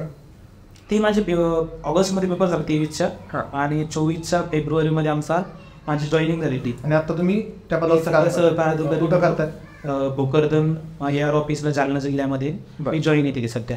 बरं, आणि एक सांगायचं की माझं जेव्हा ग्राउंड होतं PSI तेव्हा मी ऑलरेडी ऑफिसला जॉईन होतो. बरं, तर माझ्यासाठी टफ चॅलेंज होतं की नवीन जॉईन होतो, त्यामुळे मला ऑफिस व्यतिरिक्त ग्राउंडची प्रिपरेशन करणं थोडंसं मुश्किल झालेलं होतं. संध्याकाळी 6 वाजेपर्यंत ग्राउंड करायचं, सॉरी संध्याकाळी 6 पर्यंत ऑफिस करायचं. त्यानंतरच्या वेळेमध्ये मग मी ग्राउंड करणार, मॉर्निंगला ग्राउंड करणार. मग ग्राउंडसाठी अकॅडमी वगैरे काय? नाही, सगळ्यात महत्त्वाचं असं मग मी त्यानंतर ऑफिसमधून काही सुट्ट्या घेतल्या. बरं, आणि मला खूप जणांनी सल्ला दिला की तुला ग्राउंडसाठी अकॅडमी लावावंच लागेल. वेट गेन झालेलं होतं आणि वेळ कमी होता आमच्याकडे. आणि असा एक सेट आहे ना, एक मत आहे सगळ्यांचं की तुम्हाला ग्राउंड काढायचं तर अकॅडमी लावावंच लागेल. फिजिकलची तुम्हाला अकॅडमी लावू नये, फिजिकल लावू नये, त्याशिवाय निघणार नाही.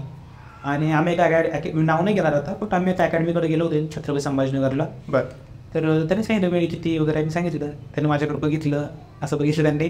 त्याने नाही, तुमच्याकडून ग्राउंड निघणं मुश्किल आहे म्हणे, बरं ट्राय करा म्हणतो मी, बट ग्राउंड नाही निघणार म्हणे. सो ती गोष्ट खूप लागून गेली होती आमच्यासाठी. माझा एक मित्र होता, आम्ही त्यानंतर सेट सुरू केलं. मॉर्निंग सकाळी 4ला उठायचं, ग्राउंडला जायचं, दुपारी उन्हात ग्राउंड करायचं. का तर वेट लूज करायचं होतं, कारण रनिंगसाठी तुमचं वेट असताना तुम्ही ग्राउंड करणं खूप मुश्किल होतं. नंतर इव्हिनिंगला परत ग्राउंडला जायचं.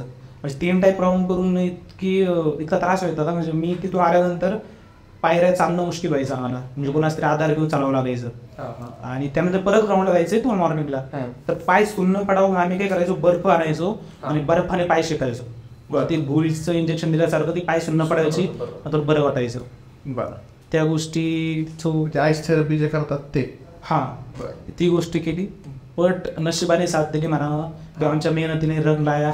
ज्या गोष्टी असतील, ग्राउंड प्रॅक्टिस चांगली गेली, मेहनत घेतली आणि ग्राउंड माझं चांगल्या पद्धतीने निघालं. बरं, आता ह्या 2022च्या ज्यातून तुम्ही सिलेक्ट झाला त्या परीक्षेबद्दल थोडं बोला. येस, मुख्य परीक्षा ज्यावेळेस तुम्हाला समजलं मुख्य परीक्षा आपण क्रॅक केली, ती फिलिंग काय होती किंवा कसं समजलं, त्या दिवशीचं काय वातावरण होतं? अच्छा, ओके. आपण म्हणतो ना की मुलं रडत नाही बाबा, रडतात, पण ते पॉईंट आला पाहिजे, तो वेळ आला पाहिजे, तो काळ आला पाहिजे. रडतो, मुलगा पण रडतो.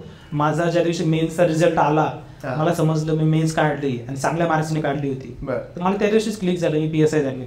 तर तो क्षण म्हणजे मी रडलो अक्षरशः त्या दिवशी. खूप छान वाटलं. आईला कॉल केलं, वडिलांना कॉल केलं.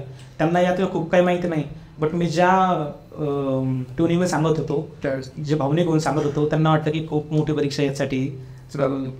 मग ही होती लॉकडाऊन नंतर तुम्ही घरून अभ्यास केला की कसं? लॉकडाऊनमध्ये ती सांगायचं आपलं की लॉकडाऊनमध्ये मी हे झालं होतं तुम्ही पुणे संभाजीनगर जे सगळे मुलं मॉप असतो स्टडीजचा ते सगळं बंद झालेलं होतं. बट अभ्यास आपण बंद नाही करू शकत. तर मी आणि घरात तुम्ही किती म्हणा घरात नाही अभ्यास होत तुमचा, कुठेतरी एक घरचे कामं असतात, एक बॉन्डिंग असते आई वडिलांसोबत भावासोबत, त्या गोष्टी. मग मी काय करायचो, आमच्या घराच्या जरी आम्ही कांद्यासाठी कांद्याची चाळ वगैरे बांधली ती, तर मी काय करायचो कांद्याच्या चाळीवर जाऊन अभ्यास करायचो. हा तर मग आणि कांद्या चाळीत अभ्यास केला. बट काय व्हायचं की तिथं कोणीतरी यायचं, कोणी पाहुणे आले करायला, किंवा 2 मिनिटं किंवा काहीतरी काम आहे घरचे जरी म्हणत तेव्हा तुम्हाला वाटतं चल आपण जाऊ एवढी मदत करावी. आणि शेतीची नावं संपत नसतात, शेतकऱ्याच्या मुलांना चांगलं माहिती आहे. तर ते व्हायचं, तर मग त्या गोष्टीमधून डिस्ट्रॅक्ट व्हायचा, अभ्यास होत नव्हता. आणि तेव्हा गव्हर्नमेंटनं मग एक रूल आणलेला होता, हायवेच्या जवळपासचे 500 मीटरचे दारूचे अड्डे बंद करा वगैरे. तर आमच्याकडे गावामध्ये त्यामुळे कदाचित एक दारूचा अड्डा होता, तो बंद झालेला होता. तर आम्ही रूमच्या सर्चमध्ये होतो की अभ्यास कुठे करावा. तर मग आम्ही काय केलं दादा की सोबत एक मित्र भेटला मला, माझा रेवाज मस्की म्हणून, आम्हाला सिनियर येतो. तर त्यानं आम्ही ठरवलं की आम्हाला अभ्यास करायचा बाहेर रूमवर राहून. पण आता गावात रूम कुठं भेटणार, तर आम्हाला ती रूम भेटली.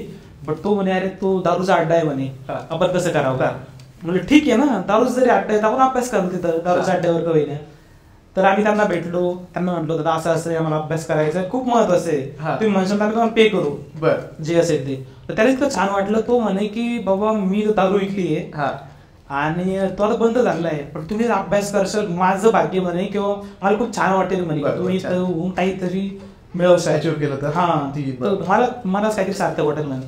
त्यांनी आम्हाला ती रूम दिली, स्वतः साफ करायला मदत केली, आम्ही रूम साफ केली. रेवनाथ मस्के जे आता प्रोफेसर म्हणून जॉईन झाले आमच्या अशा एका चांगल्या कॉलेजमध्ये. सोबत प्रिपरेशन केलं तिथे आम्ही, म्हणजे ती पूर्ण रूम साफ वगैरे केली, तिथे टेबल आणला, पूर्ण तिथे अभ्यासाचं आणलं. दारूचा अड्डा आम्ही अभ्यास कसा चेंज केला तो की आम्हालाच माहिती. तिथं आम्ही सगळं बाकी मोटिवेशनल कोट्स लावणं, अभ्यासिकी जे नियमावली बनवतो आम्ही ती बनवली दोघांसाठी.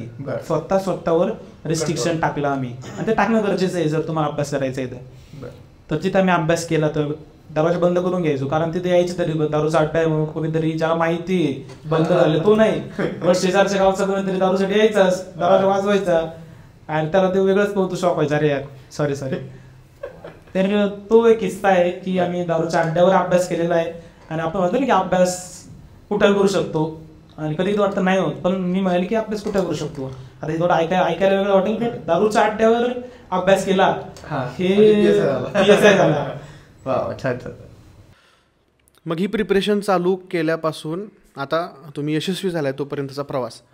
पण ह्या प्रवासामध्ये कधी असं होतं की बास आता काही होत नाहीये, किंवा घरच्यांचा विचार येतो किती दिवस अजून आपण कमवत नाही आहे ना, आपण थोडक्यात अभ्यास करतो याचा अर्थ. मग असं कधी झालं का की डिप्रेशन आले, किंवा एखादी घटना घडली, किंवा त्यावेळेस काय अशा डिप्रेशन कधी आलं का, आणि त्यावेळेस तुम्ही काय केलं त्यातून बाहेर यायला? याचा खरं तर खूप मोठा किस्सा आहे तो.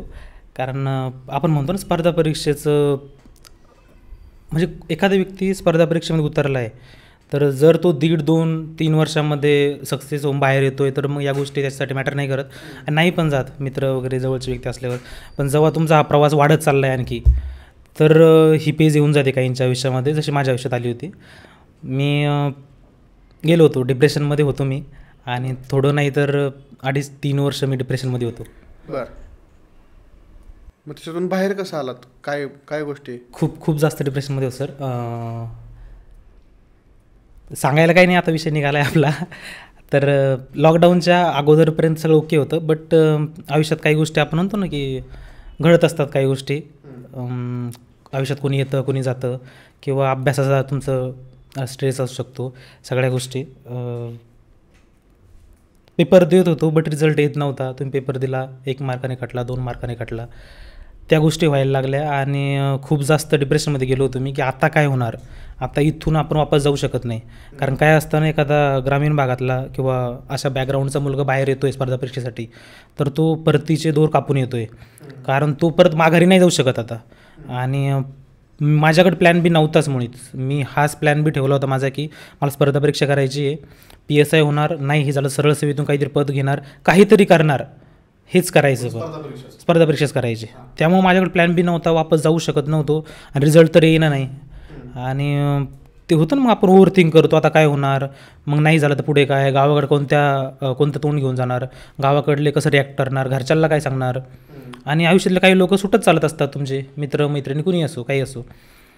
तर मी खूप जास्त डिप्रेशनमध्ये होतो. बट लकीली लॉकडाऊन लागला. मी लकीली लॉकडाऊन लागला असं यामुळं म्हणतो आहे की ह्या सगळ्यांमध्ये मी सुसाईड अटेम्प्ट केलेलं होतं.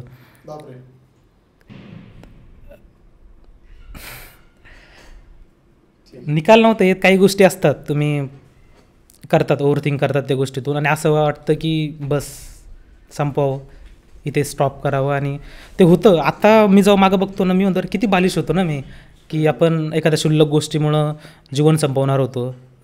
तेव्हा आपण सगळ्या गोष्टी विचार करायला पाहिजे, बट तेव्हा नाही समजत ते. तेव्हा आपलं बस समजतं की नाही, सगळं चुकीचं होतं आहे आणि एकच शेवटचा पर्याय आहे की आत्महत्या. बट ती गोष्ट, आणि कदाचित 3 टाईम वाचलो, 4थ्या टाईम वाचलोही नसतो आणि तुमच्यासमोर नसतो आता. बट कोविड आला, लॉकडाऊन लागला. सगळ्यांसाठी कोविड किंवा लॉकडाऊन आपल्या जवळचा कोणतरी व्यक्ती दूर घेऊन गेलेला आहे, कारण कोविडमध्ये खूप आपल्या जवळचे लोक प्रत्येकाने गमावले. बट माझ्यासाठी मी काय चांगलं म्हणतो आहे की कोविड आल्यामुळं, लॉकडाऊन आल्यामुळं मी घरी गेलो, आपल्या माणसाशी त्यांच्या संपर्कात राहिलो. माझ्यासमोर माझे आईवडील होते, भाऊ बहीण होते, सगळेजण होते. तर कुठंतरी मी रिकवर झालो त्या गोष्टीतून. ठीक आहे की एखादी स्पर्धा परीक्षा किंवा एखादा निकाल तुमच्यासाठी महत्त्वाचा नाही आहे. तुमच्यासाठी तुमचे आईवडील ज्यांनी तुमच्यासाठी एवढं स्वप्न बघितले, सगळ्या गोष्टी केले, ते करून, किंवा शेतीचे कामं. मग मी काय केलं तेव्हा की गेल्यानंतर पूर्ण क्विट केलं. म्हणजे 6 ते 8 महिने मी अभ्यास गुंडाळून ठेवला होता. मी पूर्ण शेतीच्या कामामध्ये लागलेलो होतो. जे करता येईल ते पूर्ण शेतीचे काम करायचो. म्हणजे मी म्हणतो ना, आपल्या शारीरिक क्षमतेच्या पलीकडे जाऊन मी शेतीची कामं केली. यासाठीच की मला यातून रिकवर व्हायचं होतं, मी बाहेर पडायचं होतं. आणि कुठंतरी घरी गेल्यावर वाटलं ना की नाही बाबा, आपण तू करतो मूर्खपणा होता एक. आपल्यासाठी महत्त्वाचे आईवडील आहे, किंवा ठीक आहे ना, एखादी जॉब नाहीच भेटलं म्हणजे अंतिम सत्य हे थोडंच आहे ना की तुम्ही तयारीला लागला तर स्पर्धा परीक्षा तुम्ही पास होऊनच किंवा सरकारी नोकरी घेऊनच बाहेर आला पाहिजे. तर तिथून मला वाटतं तो एक टर्निंग पॉईंट होता. मी घरी आलो, रिकवर झालो असं मला वाटलं. त्यानंतर मी माझा अभ्यासाला सुरुवात केली आणि सेकंड लॉकडाऊननंतर मी ठरवलं की आता मी संभाजीनगरला जाणार प्रिपरेशनसाठी. परत पुण्याला न जाता आपल्या जवळ आहे संभाजीनगर, तिथं प्रिपरेशनला गेलो. बट डिप्रेशन एवढं मध्ये गुंतलं होतं मी डिप्रेशनमध्ये. तेव्हा काही मित्र जे सोबती होते, नाव नाही घेणार मी, त्यांना असं वाटलं की बाबा आता याच्यासोबत जर थांबलो आहे आपण, याच्या रूममध्ये थांबलो आहे, याच्या संपर्कात राहिलो, हा तर संपणार आहे. म्हणजे काही मित्र सरळ बोलले की बाबा इतरांपाशी की हा तर मरणार आहे आता. म्हणजे आपण म्हणतो ना की तुम्ही विचार करा की डिप्रेशन कोणत्या स्टेजला होतं माझं, की हा तर मरणार आहे आता, आपण याच्या संपर्कात राहिलो, उद्या काही झालं आपण पण गुंतू ना, की आपल्याला नको त्रास. आणि होतं म्हणजे त्यांचं, मी त्यांची नव्हती चुकी काही, किंवा असेलही, शब्द नाही माझ्याकडे. त्यामुळे त्यांना वाटलं बा हा इथपर्यंत आला आहे ना, मग हा तर संपला आहे बाबा, आता हा प्रॉब्लेम क्रिएट करणार आहे, हा 2दा वाचला आहे, 3दा वाचला आहे. आणि मला वाटतं ही गोष्ट खूप मोठी, 3दा सुसाईड अटेम्प्ट करताय तुम्ही. आणि बाहेर कसं आलात त्यातून? आलो, त्यानंतर गावाकडे आलो, घरच्यांपाशी थांबलो. त्यानंतर संभाजीनगरला गेलो, तिथे रूममेट नाही भेटले मला. का तर हीच गोष्ट तू नाही करू शकणार वगैरे, एकट्याने रूम केली. मला आठवतं की लॉकडाऊननंतर मी 2 वर्ष सिंगल एकटाच एका रूममध्ये राहत होतो.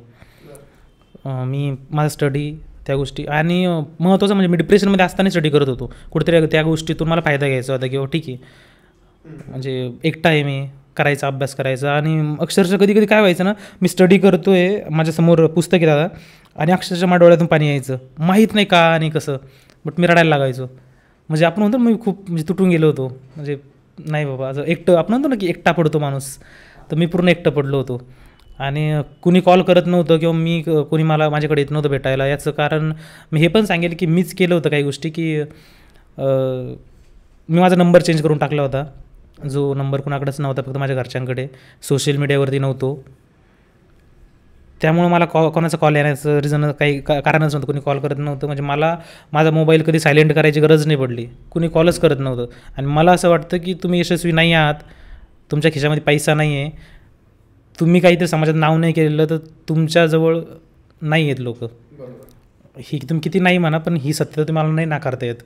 तुम्ही यशस्वी झाल्यानंतर मग ते यशस्वी इन द सेन्स की फक्त जॉबच असं नाही, कोणत्या पण फील्डमध्ये तुम्ही तुमचं नाव करताय ना, सगळे लोक येतात. आता माझा निकाल आल्यानंतरचा एक किस्सा की जे निकाल यायच्या अगोदर कधी बोलत नव्हते, बघत नव्हते, आणि ते लोक माझा निकाल आल्यानंतर इतकं मला म्हणजे आपण म्हणतो हां म्हणजे निकाल आल्यानंतर एवढं चेंज झालं, म्हणजे ते जेव्हा सांगताय माझ्याबद्दल की हा माझा आहे बा असं एक होतं ना की बाबा म्हणजे सक्सेस होत नाही आपण तोपर्यंत त्याला शिवाय देतात आणि परत मग मी त्याला मदत केली किंवा हा माझ्या ओळखीचा किंवा मला माहिती होतं हा इथं करणारच आहे काहीतरी आणि मी बोललो होतो की हा करणार आहे काहीतरी, अशा गोष्टी झालेल्या.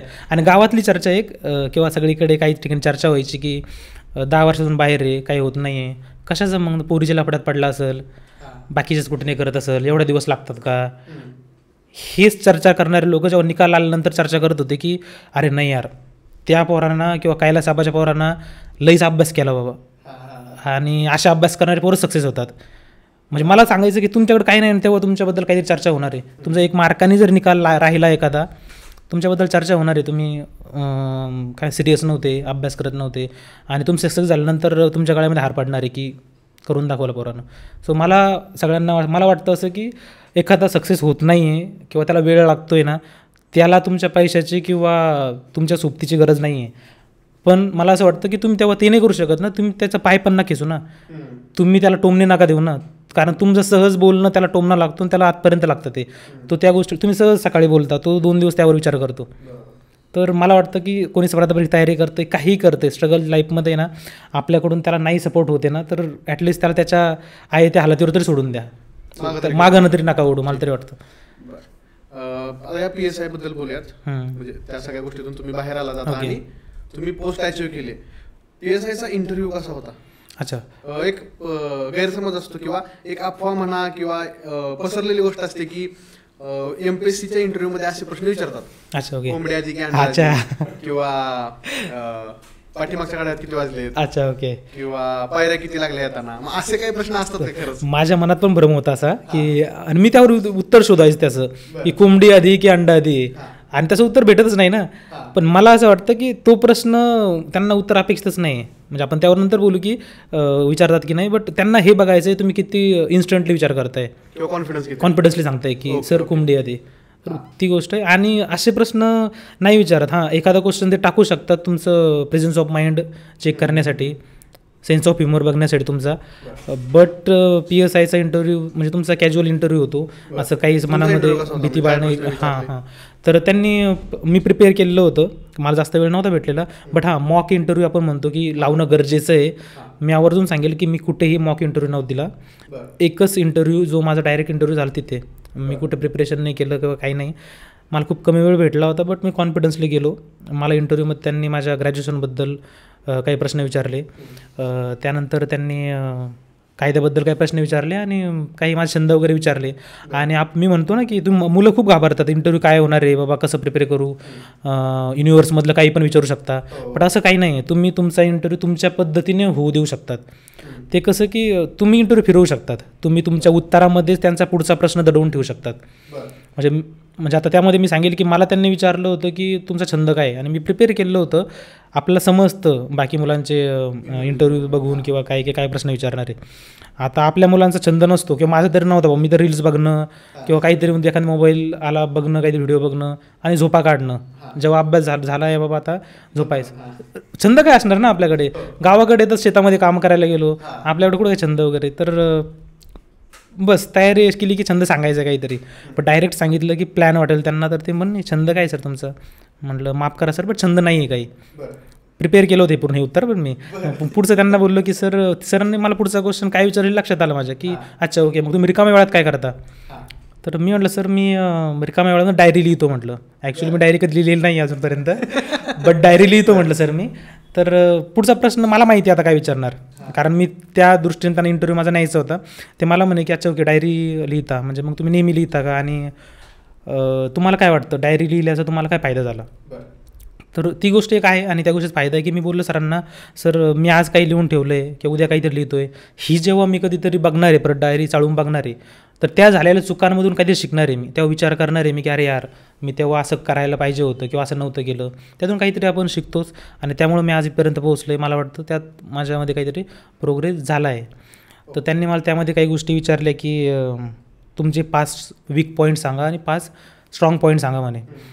तर मी म्हटलं, मला असं वाटलं की मी वीक पॉईंट जर सांगितले तर थोडंसं बॅड इम्प्रेशन पडेल की काय, बॅकफुटला जाऊ आपण. तर मी तिथं पोलाइटली बोललो की माफ करा सर, पण मला माझे वीक पॉईंट सध्या आठवत नाही आहे. त्यांना समजलं, ते हसले, थोडं स्माईल केली आणि ठीक आहे, तुमचे स्ट्रॉंग पॉईंट तर नक्कीच आठवत असतील तुम्हाला, ते सांगा म्हणे. तर मी सांगितलं की सर गुड कम्युनिकेशन आहे, मी चांगलं बोलू शकतो, लिडरशिप करू शकतो म्हटलं चांगली, जे कॉलेजपासून आहे ते स्किल, आणि एखाद्याचं मत परिवर्तित करू शकतो म्हटलं सर. म्हणजे एक माझं मत आहे, समोरच्याला मी कन्व्हिन्स करू शकतो की हे कसं राईट आहे. सो त्यांना ते चांगलं अपील झालं. बाकी डायरीबद्दल विचारलं त्यांनी की आणखी की तुमचा सगळ्यात आपण म्हणतो मेमोरेबल मोमेंट काय आहे म्हणून. तर ते सांगितलं होतं मी की सर म्हटलं 22 फेब्रुवारी 2024. सर म्हटलं काय त्या दिवशी. म्हटलं सर सहकार अधिकारी पदाचा निकाल लागला होता माझा, कारण PSIच्या अगोदर मी सहकार अधिकारी झालेलो. अच्छा ओके, तो निकाल लागला तो तुमचा मेमोरेबल डे आहे का. म्हटलं नाही सर. तर निकाल लागला तो नाही, तर त्या दिवशी आमच्या गावामध्ये माझा नाही तर माझ्यासोबत माझ्या आई आणि वडिलांचा दोघांचा सत्कार झाला, आणि तो दिवस माझ्यासाठी खूप मेमोरेबल होता. कारण जे हसू किंवा जो आनंद मी माझ्या आईवडिलांच्या चेहऱ्यावर त्या दिवशी बघितला ना, असं वाटलं की मागच्या 8-10 वर्षामध्ये जो पण स्ट्रगल केला आहे ना, सगळं मिटलं, सगळं सार्थक झालं आहे. सो तो दिवस माझ्यासाठी खूप मेमोरेबल होता म्हटलं सर. आणि सरांना ते उत्तर खूप अपील झालं की तुम्ही काहीतरी वेगळं सांगता की सर रिझल्ट लागला तो माझ्यासाठी खूप भारी आहे. बट त्यांना ते अपील झालं आणि ते खरं उत्तर होतं. तो दिवस खरंच माझ्यासाठी मेमोरेबल होता. थोडक्यात प्रामाणिक इंटरव्ह्यू झाला. प्रामाणिक इंटरव्ह्यू. बरं, आता पॉडकास्टच्या थोड्या शेवटाकडे येऊयात. PSIचा निकाल लागला त्या दिवशीचा तो दिवस कसा, तो क्षण कसा होता, कुठं होता तुम्ही, कसं समजलं, आणि मग घरच्यांपर्यंत ती बातमी कशी पोचली, त्यांची रिॲक्शन काय होती. PSIचा निकाल लागला 1 ऑगस्ट 2024. त्या दिवशी मी ऑफिसमध्येच होतो आमच्या. मी ऑलरेडी ज्या पदावर मी सध्या रुजू आहे त्या ऑफिसमध्ये होतो. संध्याकाळचा टाईम होता आमचा आणि आम्ही ऑफिस बंदच करायचं होतं आम्हाला त्या टायमाला. आणि अचानक रिझल्ट लागला तो. आमचे सहकारी आम्ही बसलेलो. जेव्हा समजलं अमरचा रिझल्ट होतो, सगळे उत्साही होते की बाबा, कारण त्यांना माहिती होतं याने मेहनत घेतलेली आहे, हा ऑफिसच्या टायमाव्यतिरिक्त अभ्यास करतो आहे, सगळ्या गोष्टी ग्राउंड इंटरव्ह्यू प्रिपरेशन केलेलं. तर सगळे उत्सुक. आम्ही आमच्या PCवरती PDF वगैरे ओपन केली आणि त्यामध्ये जेव्हा समजलं की PSI झाला आहे तर खूप जास्त खुश होतो. त्या टायमाला माझ्या डोळ्यात पाणी आलेलं होतं. कारण आहे ना, तुम्ही 5 वर्षापासून एखाद्या गोष्टीसाठी लागले मागं, करतायच आणि जेव्हा ते अचीव होतं ना तेव्हा वाटतं की ठीक आहे. निकाल लागला तेव्हा कुठल्या गोष्टी आठवत होत्या मनात, कुठल्या गोष्टी? सगळ्या गोष्टी. जे लोक म्हटले तुझ्याकडून होणार नाही, किंवा काही लोक म्हटले तुझी लायकी नाही आहे सरकारी नोकरी मिळवण्याची, तर आहे लायकी. तर त्या गोष्टी आठवल्या, मागच्या सगळ्या गोष्टी. किंवा काही असतात अधुरी राहिली स्वप्न. नाही, असतात काही लोक असतात तुम्हाला तेव्हा ते तुमच्याकडे काही नाही आहे म्हणून तुम्हाला तुमच्या आयुष्यातून दूर झालेले असतात, किंवा काही गोष्टी असो, तुम्हाला मागचं पूर्ण फ्लॅशबॅकमध्ये आठवतं. आणि मला एक सांगायचं, लाईफ खूप चेंज होऊन जाते. रिझल्ट येण्याच्या अगोदरच्या रात्रीपर्यंत, रिझल्ट आल्यानंतर बापरे, म्हणजे आपण म्हणतो ना की झिरो से हिरो होतो. म्हणजे माणसाला म्हणजे पूर्ण हिरोसारखी फिलिंग येते बाबा, की कुठे गेला की नमस्कार साहेब वगैरे. म्हणजे मला त्या दिवशी असे कॉल आले काही की ज्यांना मी ओळखत पण नाही, आणि त्यांनी मला शुभेच्छा दिल्या आणि मी गडबडीत त्यांना थँक्यू वगैरे म्हणून कॉल ठेवला. आणि शेवटपर्यंत समजलं नाही तो व्यक्ती कोण होता म्हणून. म्हणजे खूप आईवडिलांना तर खूप जास्त आनंद झाला. मी शेवटी आईला कॉल करून सांगितलं की तुझा पोरगा फौजदार झाला. तर आईकडे शब्द नव्हतात, म्हणजे ती रडायला लागली. म्हणजे गावाकडच्यांना बाकी माहीत असो की नाही, पण फौजदार काय असतो हे माहिती आहे. तर अक्षरशः आई रडायला लागली. वडिलांसोबत बोललो. वडील म्हणे बाबा तू काय सार्थक केलं म्हणे. आणि बस रडत होते माझी आई आणि वडील त्या दिवशी. तर तो दिवस एक रील व्हायरल झाली होती तुमची, तुम्ही तुमच्या वडिलांना खांद्यावरती घेतलं. तर ज्या दिवशी निकाल लागला त्यानंतर गावामध्ये आमच्या गावकऱ्यांनी खूप मोठा सत्कार किंवा मिरवणूक वगैरे काढली होती. आणि बरोबर होतं, कारण गावामधून खूप कमी मुलं बाहेर गेलेले, त्यातला कोणीतरी सक्सेस होते. तर मी कुठेतरी ठरवलेलं होतं, कारण मला जेवढा टॉर्चर होत होतं तेवढं वडिलांना पण व्हायचं. आईवडिलांना होतातच. कोणी एखादा स्पर्धा परीक्षा विद्यार्थी बाहेर शिकतोय, जेवढा तो बिअर करतोय, तो काही गोष्टी सहन करतोय, तेवढं त्याचे आईवडील करत असतात. कारण लोक त्यांना परत विचारतात, काय करते तुमचं पोरगं बाहेर, काय करते तुमची पोरगी बाहेर, अभ्यास सोडून फालतूच कुठं नाही करत असेल, रिझल्ट नाही येते ना तुमच्यावर बोट ठेवलं जातं. आणि ते व्हायचंच. त्यांना विचारलं जायचं काय करतो एवढा दिवस तू बाहेर. तर मी ठरवलेलं होतं, ज्या दिवशी निकाल येईल त्या दिवशी वडिलांना खांद्यावर घेऊन पूर्ण गावभर फिरेल मी. निकाल लागल्यावर त्या विद्यार्थ्याचा सत्कार सगळे करतात, त्याला घेऊन जातात बाहेर, त्याला उचलवतात, त्याची मिरवणूक होते. बट मी ठरवलं तर माझा होईल ते होईल, मी माझ्या वडिलांना गावभर फिरवेल खांद्यावर घेऊन. सो जे वडिलांच्या डोळ्यामध्ये जो आनंद होता ना बस, आणि पिटलं माझं त्या दिवशी सिरियसली, की असं वडिलांना उचलवलं, जे त्यांचं स्वप्न होते पूर्ण केलं. आणि तुम्ही किती प्रिपेअर करा, किती पण झटा, तुम्हाला जोपर्यंत घरून फायनान्शियली आणि इमोशनली सपोर्ट होत नाही ना तोपर्यंत तुम्ही कोणतीच गोष्ट अचीव नाही करत असं मी मानतो. कारण त्या काळामध्ये वडिलांनी केलं. मोठा भाऊ माझा, त्याने पहिल्यापासून एक डोक्यात स्वप्न होतं, जे प्रत्येकाचं स्वप्न असतं काहीतरी. माझं काहीतरी स्वप्न आहे, तुमचं काहीतरी स्वप्न आहे, प्रत्येकाचं स्वप्न असतं की मला हे करायचं आहे. 10वी नापास झाल्यानंतर त्याला वाटलं मी नाही शिकू शकलो, माझ्या भावाला शिकवणार आहे मी. तर त्याचं स्वप्न मी होतो, इन द सेन्स की नाही बाबा हा करणार आहे, त्या स्वप्नच मी होतो, त्याला मला पूर्ण करायचं होतं. आणि त्यानं त्या गोष्टी केल्या. म्हणजे एक वेळ होती 2016-17ला, फायनान्शियल कंडिशन खराब होती, पाऊस वगैरे नव्हता एवढा खास, आणि घरच्याच गरजा भागवून मला महिन्याला पैसे पाठवणं पॉसिबल नव्हतं. तर त्याने शेती सोडून आणखी काय करता येईल, तर त्याने आमच्या गावात फरची मिस्त्री खूप जास्त आहे, कारण 10वी झालं की काहीतरी कामकाज इन्कम सुरू होईल. तर तो फरची मिस्त्रीच्या हाताखाली जायचा दादा. आणि त्याचं वाक्य मला अजून आठवतं की तो बोलला होता की अमर, तू टेन्शन न घेऊ, तू कर अभ्यास, मी फरची मिस्त्रीच्या हाताखाली जातो आहे, 15 दिवस काम केल्यानंतर मला जेवढा पगार भेटतो आहे, जेवढे पैसे भेटत आहे, जेवढी मजुरी भेटते, त्यामुळे तुझा महिना आरामशीर निघतो आहे. आणि फक्त काही दिवस नाही, तर जोपर्यंत तू लागत नाही तोपर्यंत मी मजुरी करायला तयार आहे, तोपर्यंत मी मजुरा म्हणजे कामगार म्हणून काम करेल म्हणे. आणि माझा निकाल येईपर्यंत दादा त्याने मिस्त्रीच्या हाताखाली काम केलेलं आहे. आणि मला आनंद आहे की ज्या दिवशी माझा निकाल लागला तेव्हापासून त्याची मजुरी, त्याचं काम सोडलं मी. तर आपण म्हणतो ना बाबा, एकट्याच स्वप्न नसतं, तुमचे आई वडील बहिणी सगळे काहीतरी सॅक्रिफाईस करतात, त्याग करतात. ते म्हणू शकत होते ना की माझं स्वप्न आहे, वडील असो भाऊ असो घरचे आई सगळेच, माझं स्वप्न आहे ते पूर्ण करायचे. घरच्यांचे प्रत्येकच काहीतरी असतं, पण त्यांनी ते न करता त्यांनी माझ्यावर विश्वास ठेवला, मला पैसा लावला, मला बाहेर पाठवलं, माझ्यावर विश्वास ठेवला. आणि मला वाटतं प्रत्येक विद्यार्थी जो बाहेर जाऊन शिकतो आहे, तयारी करतो आहे, काहीतरी वडिलांचं किंवा स्वतः स्वप्न घेऊन बाहेर आला आहे ना, त्याची जबाबदारी बनते की त्यांचं स्वप्न जे तो जे स्वप्न घेऊन बाहेर आला आहे त्यांचं शब्दाला तो सार्थकी झाला पाहिजे, ते पूर्ण केलं पाहिजे. ओके, बरं. आता फौजदार झाला आहेत, असं काय आहे का की ह्यानं मला कॉलेजला असताना त्रास दिला होता, त्याचा बदला घ्यायचा आहे, किंवा काही अशी गोष्ट आहे का ठरलेली की? नाही, म्हणजे बदला वगैरे नाही, पण अपमानाचं पुस्तक जपून ठेवलं आहे, वेळ आल्यावर बाहेर काढू. असे काय आहेत का कॉलेजमधले किस्से? कॉलेजमध्ये म्हणायला मी बोललो की फर्स्ट इयरला जेव्हा होतो आम्ही ना, आपण असतं बघा कॉलेजमध्ये 2 ग्रुप पडले असतात, एक गावाकडील मुलांचा ग्रुप, एक शहरी भागातील मुलांचा ग्रुप. तर आमचा ग्रुप होता आणि त्यांचा लीडर अमर मस्के. बरं. आणि झाला असं आमचा NSS कॅम्प होता, एक किस्सा आहे तो सांगतो. आम्ही कॅम्पला गेलेलो, तर कॅम्पमध्ये असं झालं की आता लीडर म्हटलं थोडंसं तुम्ही गुरुमित्र आता, नाही मी लीडर आहे. आणि तिथं काहीतरी विषय झालेला शाळेतील, आमच्या कॉलेजमधील मोठ्या शिक्षकांचा मुलगा, तो थोडासा बोलला काही गोष्टी, किंवा तो पण शेवटी 3rd इयरला वगैरे तो बोलला, थोडं शिवीगाळ करून बोलला आमच्या मुलांसोबत. आमचे मुले म्हणाल मी, कारण तेव्हा लीडर म्हणायचं स्वतःला मी, आणि मुलं पण तशी रिस्पेक्ट द्यायची. तर ते झालेलं, आणि तो काहीतरी बोलला आणि मी तेव्हा ॲरोगंटली त्यावर धावून गेलो. आमची झालेली थोडी वाचावाची, आणि चांगलीच झालेली आमची. तर तो किस्सा खूप गाजलेला पूर्ण कॉलेजमध्ये त्यानंतर. म्हणजे मी कॉलेजमध्ये जर जातोय तर कुणीतरी हात करून म्हणते, अरे तो बघ तो अमर, त्याने प्रिन्सिपलच्या मुलाला मारलेलं होतं. बरं. कुठे चालले, अरे तो बघ तो मुलगा त्याने मारले. बरं, मग आता म्हणजे मी पण खाल्लेली, पण गाजलेलं काय त्याने मारलेली. तर कॉलेजमध्ये ती एक इमेज बनलेली की बाबा नाही बाबा थोडंसं टुकार आहे, गुंड आहे.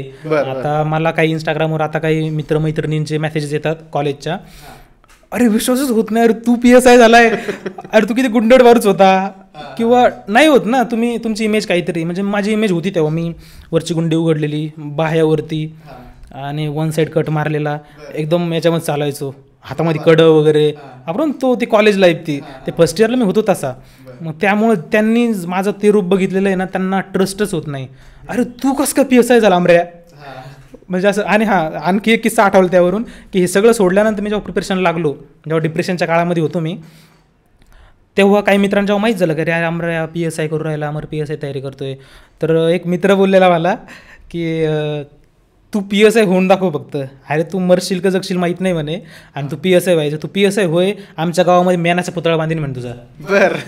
तर त्याला तो आठवतो किस्सा, तो बोलतोय आहे आम्ही आता कॉन्टॅक्टमध्ये आहे चांगलं, तो बोललेला ती गोष्ट. दुसरा एक मित्र आता ही डिप्रेशनच्या काळातली, आणि कॉलेजमध्ये जेव्हा मी म्हटलो ना की फर्स्ट इयरला थोडंसं गुंडड माणूस होतो, तेव्हा एक मित्र म्हटलेला, अरे तू काय स्पर्धा परीक्षा करणार किंवा काय PSI होणार, काय अधिकारी होणार. तर तो नेहमी बोलायचा बाबा की तो जस्ट मित्र चांगला, तो सहज बोललेला. आम्ही असं बसलेलो चहा घ्यायला की बाबा हे कुत्रं आहे ना, कुत्रं हा काय अधिकारी होईल म्हणे आमऱ्या, पण तू नाही होऊ शकत, ते क्वालिटी लागत असते म्हणे अधिकाऱ्यामध्ये, ती नाही आहे तुझ्यामध्ये. आहे तो कॉन्टॅक्टमध्ये. निकाल लागल्यावर भेटलो, बोललो त्याला, आठवलं त्याला तो किस्सा, हसतो. आहे म्हणजे तुम्ही नसताना तेव्हा सगळेजण बोट ठेवत असतात. आमच्या गावातील काही व्यक्ती आहे, कामास जीवर येतो म्हणून संभाजीनगरला जातो, किंवा काही जण इथपर्यंत चर्चा केलेली गावामध्ये की बाबा मुली गिबाजी करतोय, लफडेबाजी करतोय, हा काय शिकणार. पण ठीक आहे, किंवा इथपर्यंत काय बोलले की बाबा शेतकऱ्याचा मुलगा नाही जाऊ शकत स्पर्धा परीक्षा करून एका सरकारी नोकरी मिळवणं पॉसिबल नाही आहे आजकाल. बट मला सांगायचं की शेतकऱ्याचा मुलगा असो किंवा कामगाराचा मुलगा असो, तुम्ही मेहनत घेताय ना, जिद्द आहे आणि काहीतरी ठरवलं आहे करायचंच आहे मला, तर तुम्ही करून दाखवता. बस लढायचं, थांबायचं नाही. बरं, आत्ता कुठले दिवस आठवत आहेत लायब्ररीमध्ये काम केलेले किंवा अजून काय? म्हणजे पाठीमागं बघितलं ना, तर जेव्हा ते थोडंसं डिप्रेशनचं काळ, आणि तेव्हा थोडं हसू येतं काही गोष्टींचं की यार असं का केलं तर मी बाबा. आणि जेव्हा ते काम केलेलं आठवतं की बाबा हां, मी ग्रॅज्युएशनला असताना पण जॉब केलेला, कारण 12वी इंजिनिअरिंग करायचं वगैरे स्वप्न, इंजिनिअरिंग करू मग काहीतरी गव्हर्नमेंट जॉब वगैरे. बट काही सिच्युएशनमुळं, काही फायनान्शियल कंडिशनमुळं मी इंजिनिअरिंग नाही करू शकलो. तर मग आता काय करायचं, तर चला दुसरं काय स्कोप असेल कशामध्ये, तर BSc करू आपण. BSc मॅथ केलं, मॅथ कम्प्युटर सायन्स. तर त्यामध्ये उतरलो मी. पण आता झालं असं की सायन्स आपलं इंजिनिअरिंगला ॲडमिशन नाही घेता आलं, त्यामुळे आईवडिलांचं किंवा भावाचं त्यांचं म्हणणं, तू घरी ये बाबा, घरी येऊन अभ्यास कर, घरी येऊन तयारी कर, तुला इंजिनिअरिंग करायची होती ना, बट नाही पॉसिबल होती घरी. तर मी त्यांना बोललो बाबा नाही, मी इंजिनिअरिंग नाही करणार, ठीक आहे, बट मी आता इथून वापस नाही येणार, मी संभाजीनगरमध्येच राहतो, वाटलं तर फायनान्शियली मी माझं करेल मॅनेज. आणि ते होतं ना, तुमचं एक एज नंतर तुम्हाला तुमचं स्वाभिमान जागा होतं, तुम्हाला वाटतं की नाही आता घरून नको फायनान्शियल सपोर्ट घ्यायला, आपण काहीतरी करू. मी कसं मॅनेज करू, मग घरून पैसा नाही घ्यायचा. मग कसं केलं मॅनेज? मग त्यानंतर मी फर्स्ट इयरला जेव्हा कॉलेजला ॲडमिशन वगैरे घेतलं, मी सगळ्यात पहिले सेल्समॅन म्हणून जॉब केला. संभाजीनगरलाच औरंगपुऱ्यामध्ये एक शॉप आहे मोठं, तिथं मी सेल्समॅन म्हणून जॉब केलेला कॉलेज करून. म्हणजे मी असं करायचो की मॉर्निंगला माझं 8 ते 2-2:30 कॉलेज असायचं, आणि तिथून मी रूमवर न जाता डायरेक्ट त्याच कॉलेजच्या युनिफॉर्मवर बॅग वगैरे घेऊन शॉपवर जायचो. तिथं सेल्समॅन म्हणून जॉब करायचो रात्री 9:30. 9:30ला शॉप बंद करायचा, रूमवरती जायचं. स्वयंपाक मुलांनी केलेला असता, कारण आम्ही हाताने स्वयंपाक करायचो.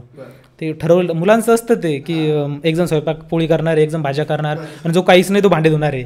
मग ते स्वयंपाक करून ठेवलं त्याचे, माझ्याकडे असेच भांडे धुवायचे. मग मी गेल्यावर ते भांडे वगैरे धुवायचे असेल ते झोपायचं, सकाळी परत कॉलेज. फर्स्ट इयर तसं काढलं. सेकंड इयरला एक मोठं हॉस्पिटल आहे, स्पेशलिस्ट मोठं हॉस्पिटल आहे एक, बाबा पेट्रोल पंपला, साई हॉस्पिटल म्हणून, तिथं मी वार्ड बॉय म्हणून जॉब केलेला. म्हणजे हे की तुमची फायनान्शियली कंडिशन खूप चांगली पाहिजे किंवा सगळं पाहिजे असं काही नाही. काही जण म्हणतात माझी परिस्थिती नव्हती म्हणून मी हे नाही करू शकलो, असं काही नाही आहे, तुम्ही सगळं करू शकता. मी तिथं वार्ड बॉय म्हणून जॉब केला. नाईट ड्युटी असायची माझी, रात्री 8 ते सकाळी 8 वाजेपर्यंत ड्युटी करायचो.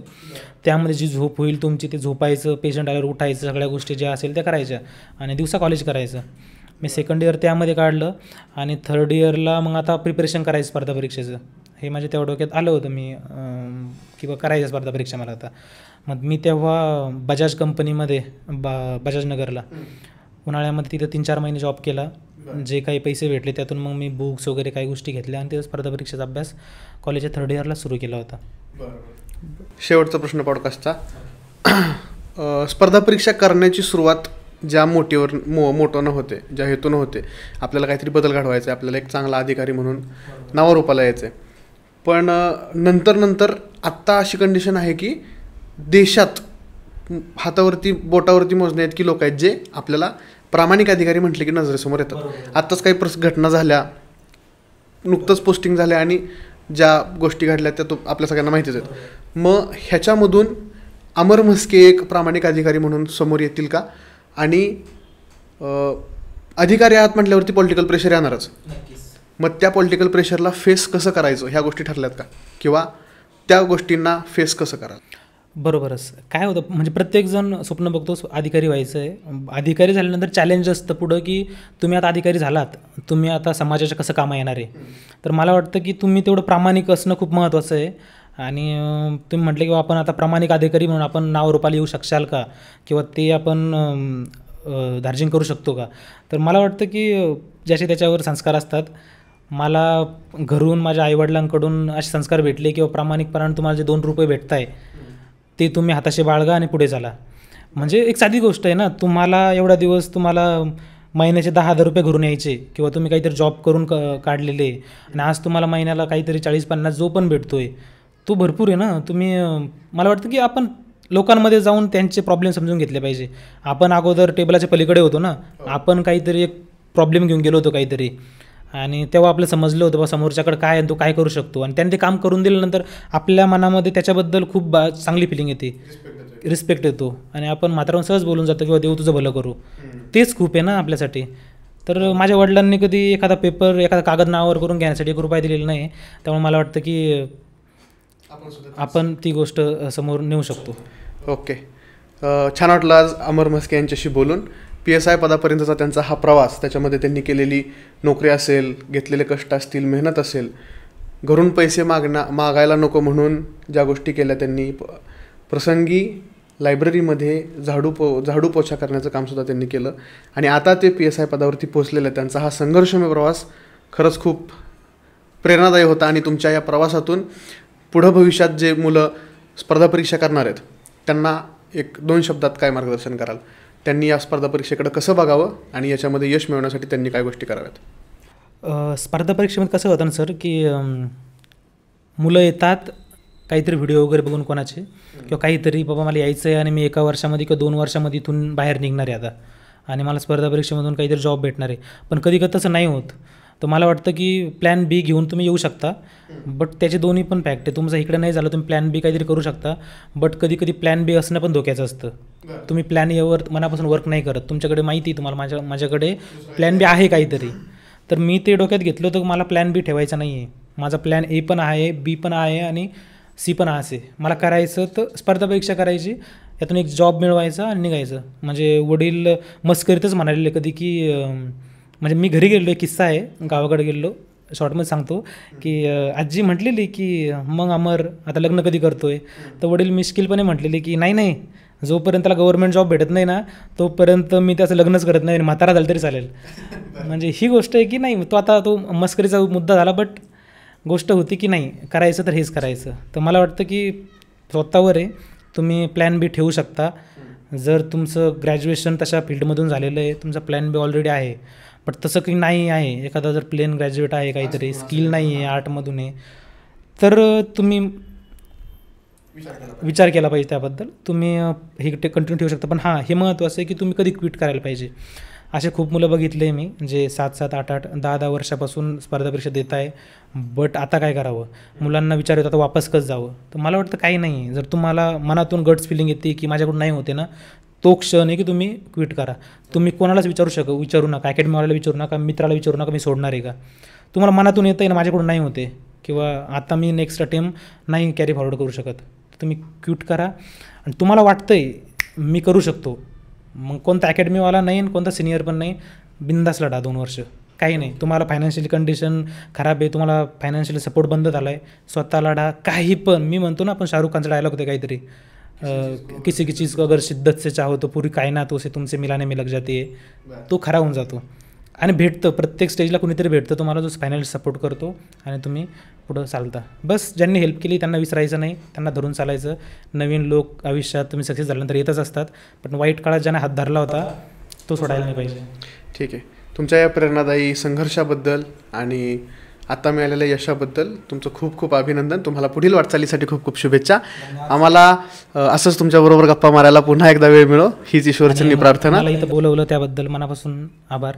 मुलांसोबत म्हणजे त्यांच्यापर्यंत काही गोष्टी गेल्या पाहिजे, ते महत्त्वाचं होतं. मला बोलवलं, खूप भारी वाटलं, धन्यवाद. आणि तुमच्या पुढच्या कार्यासाठी तुम्हाला खूप खूप साऱ्या शुभेच्छा. शेवटी एवढंच म्हणेन, कॅरी ऑन अमर म्हस्के.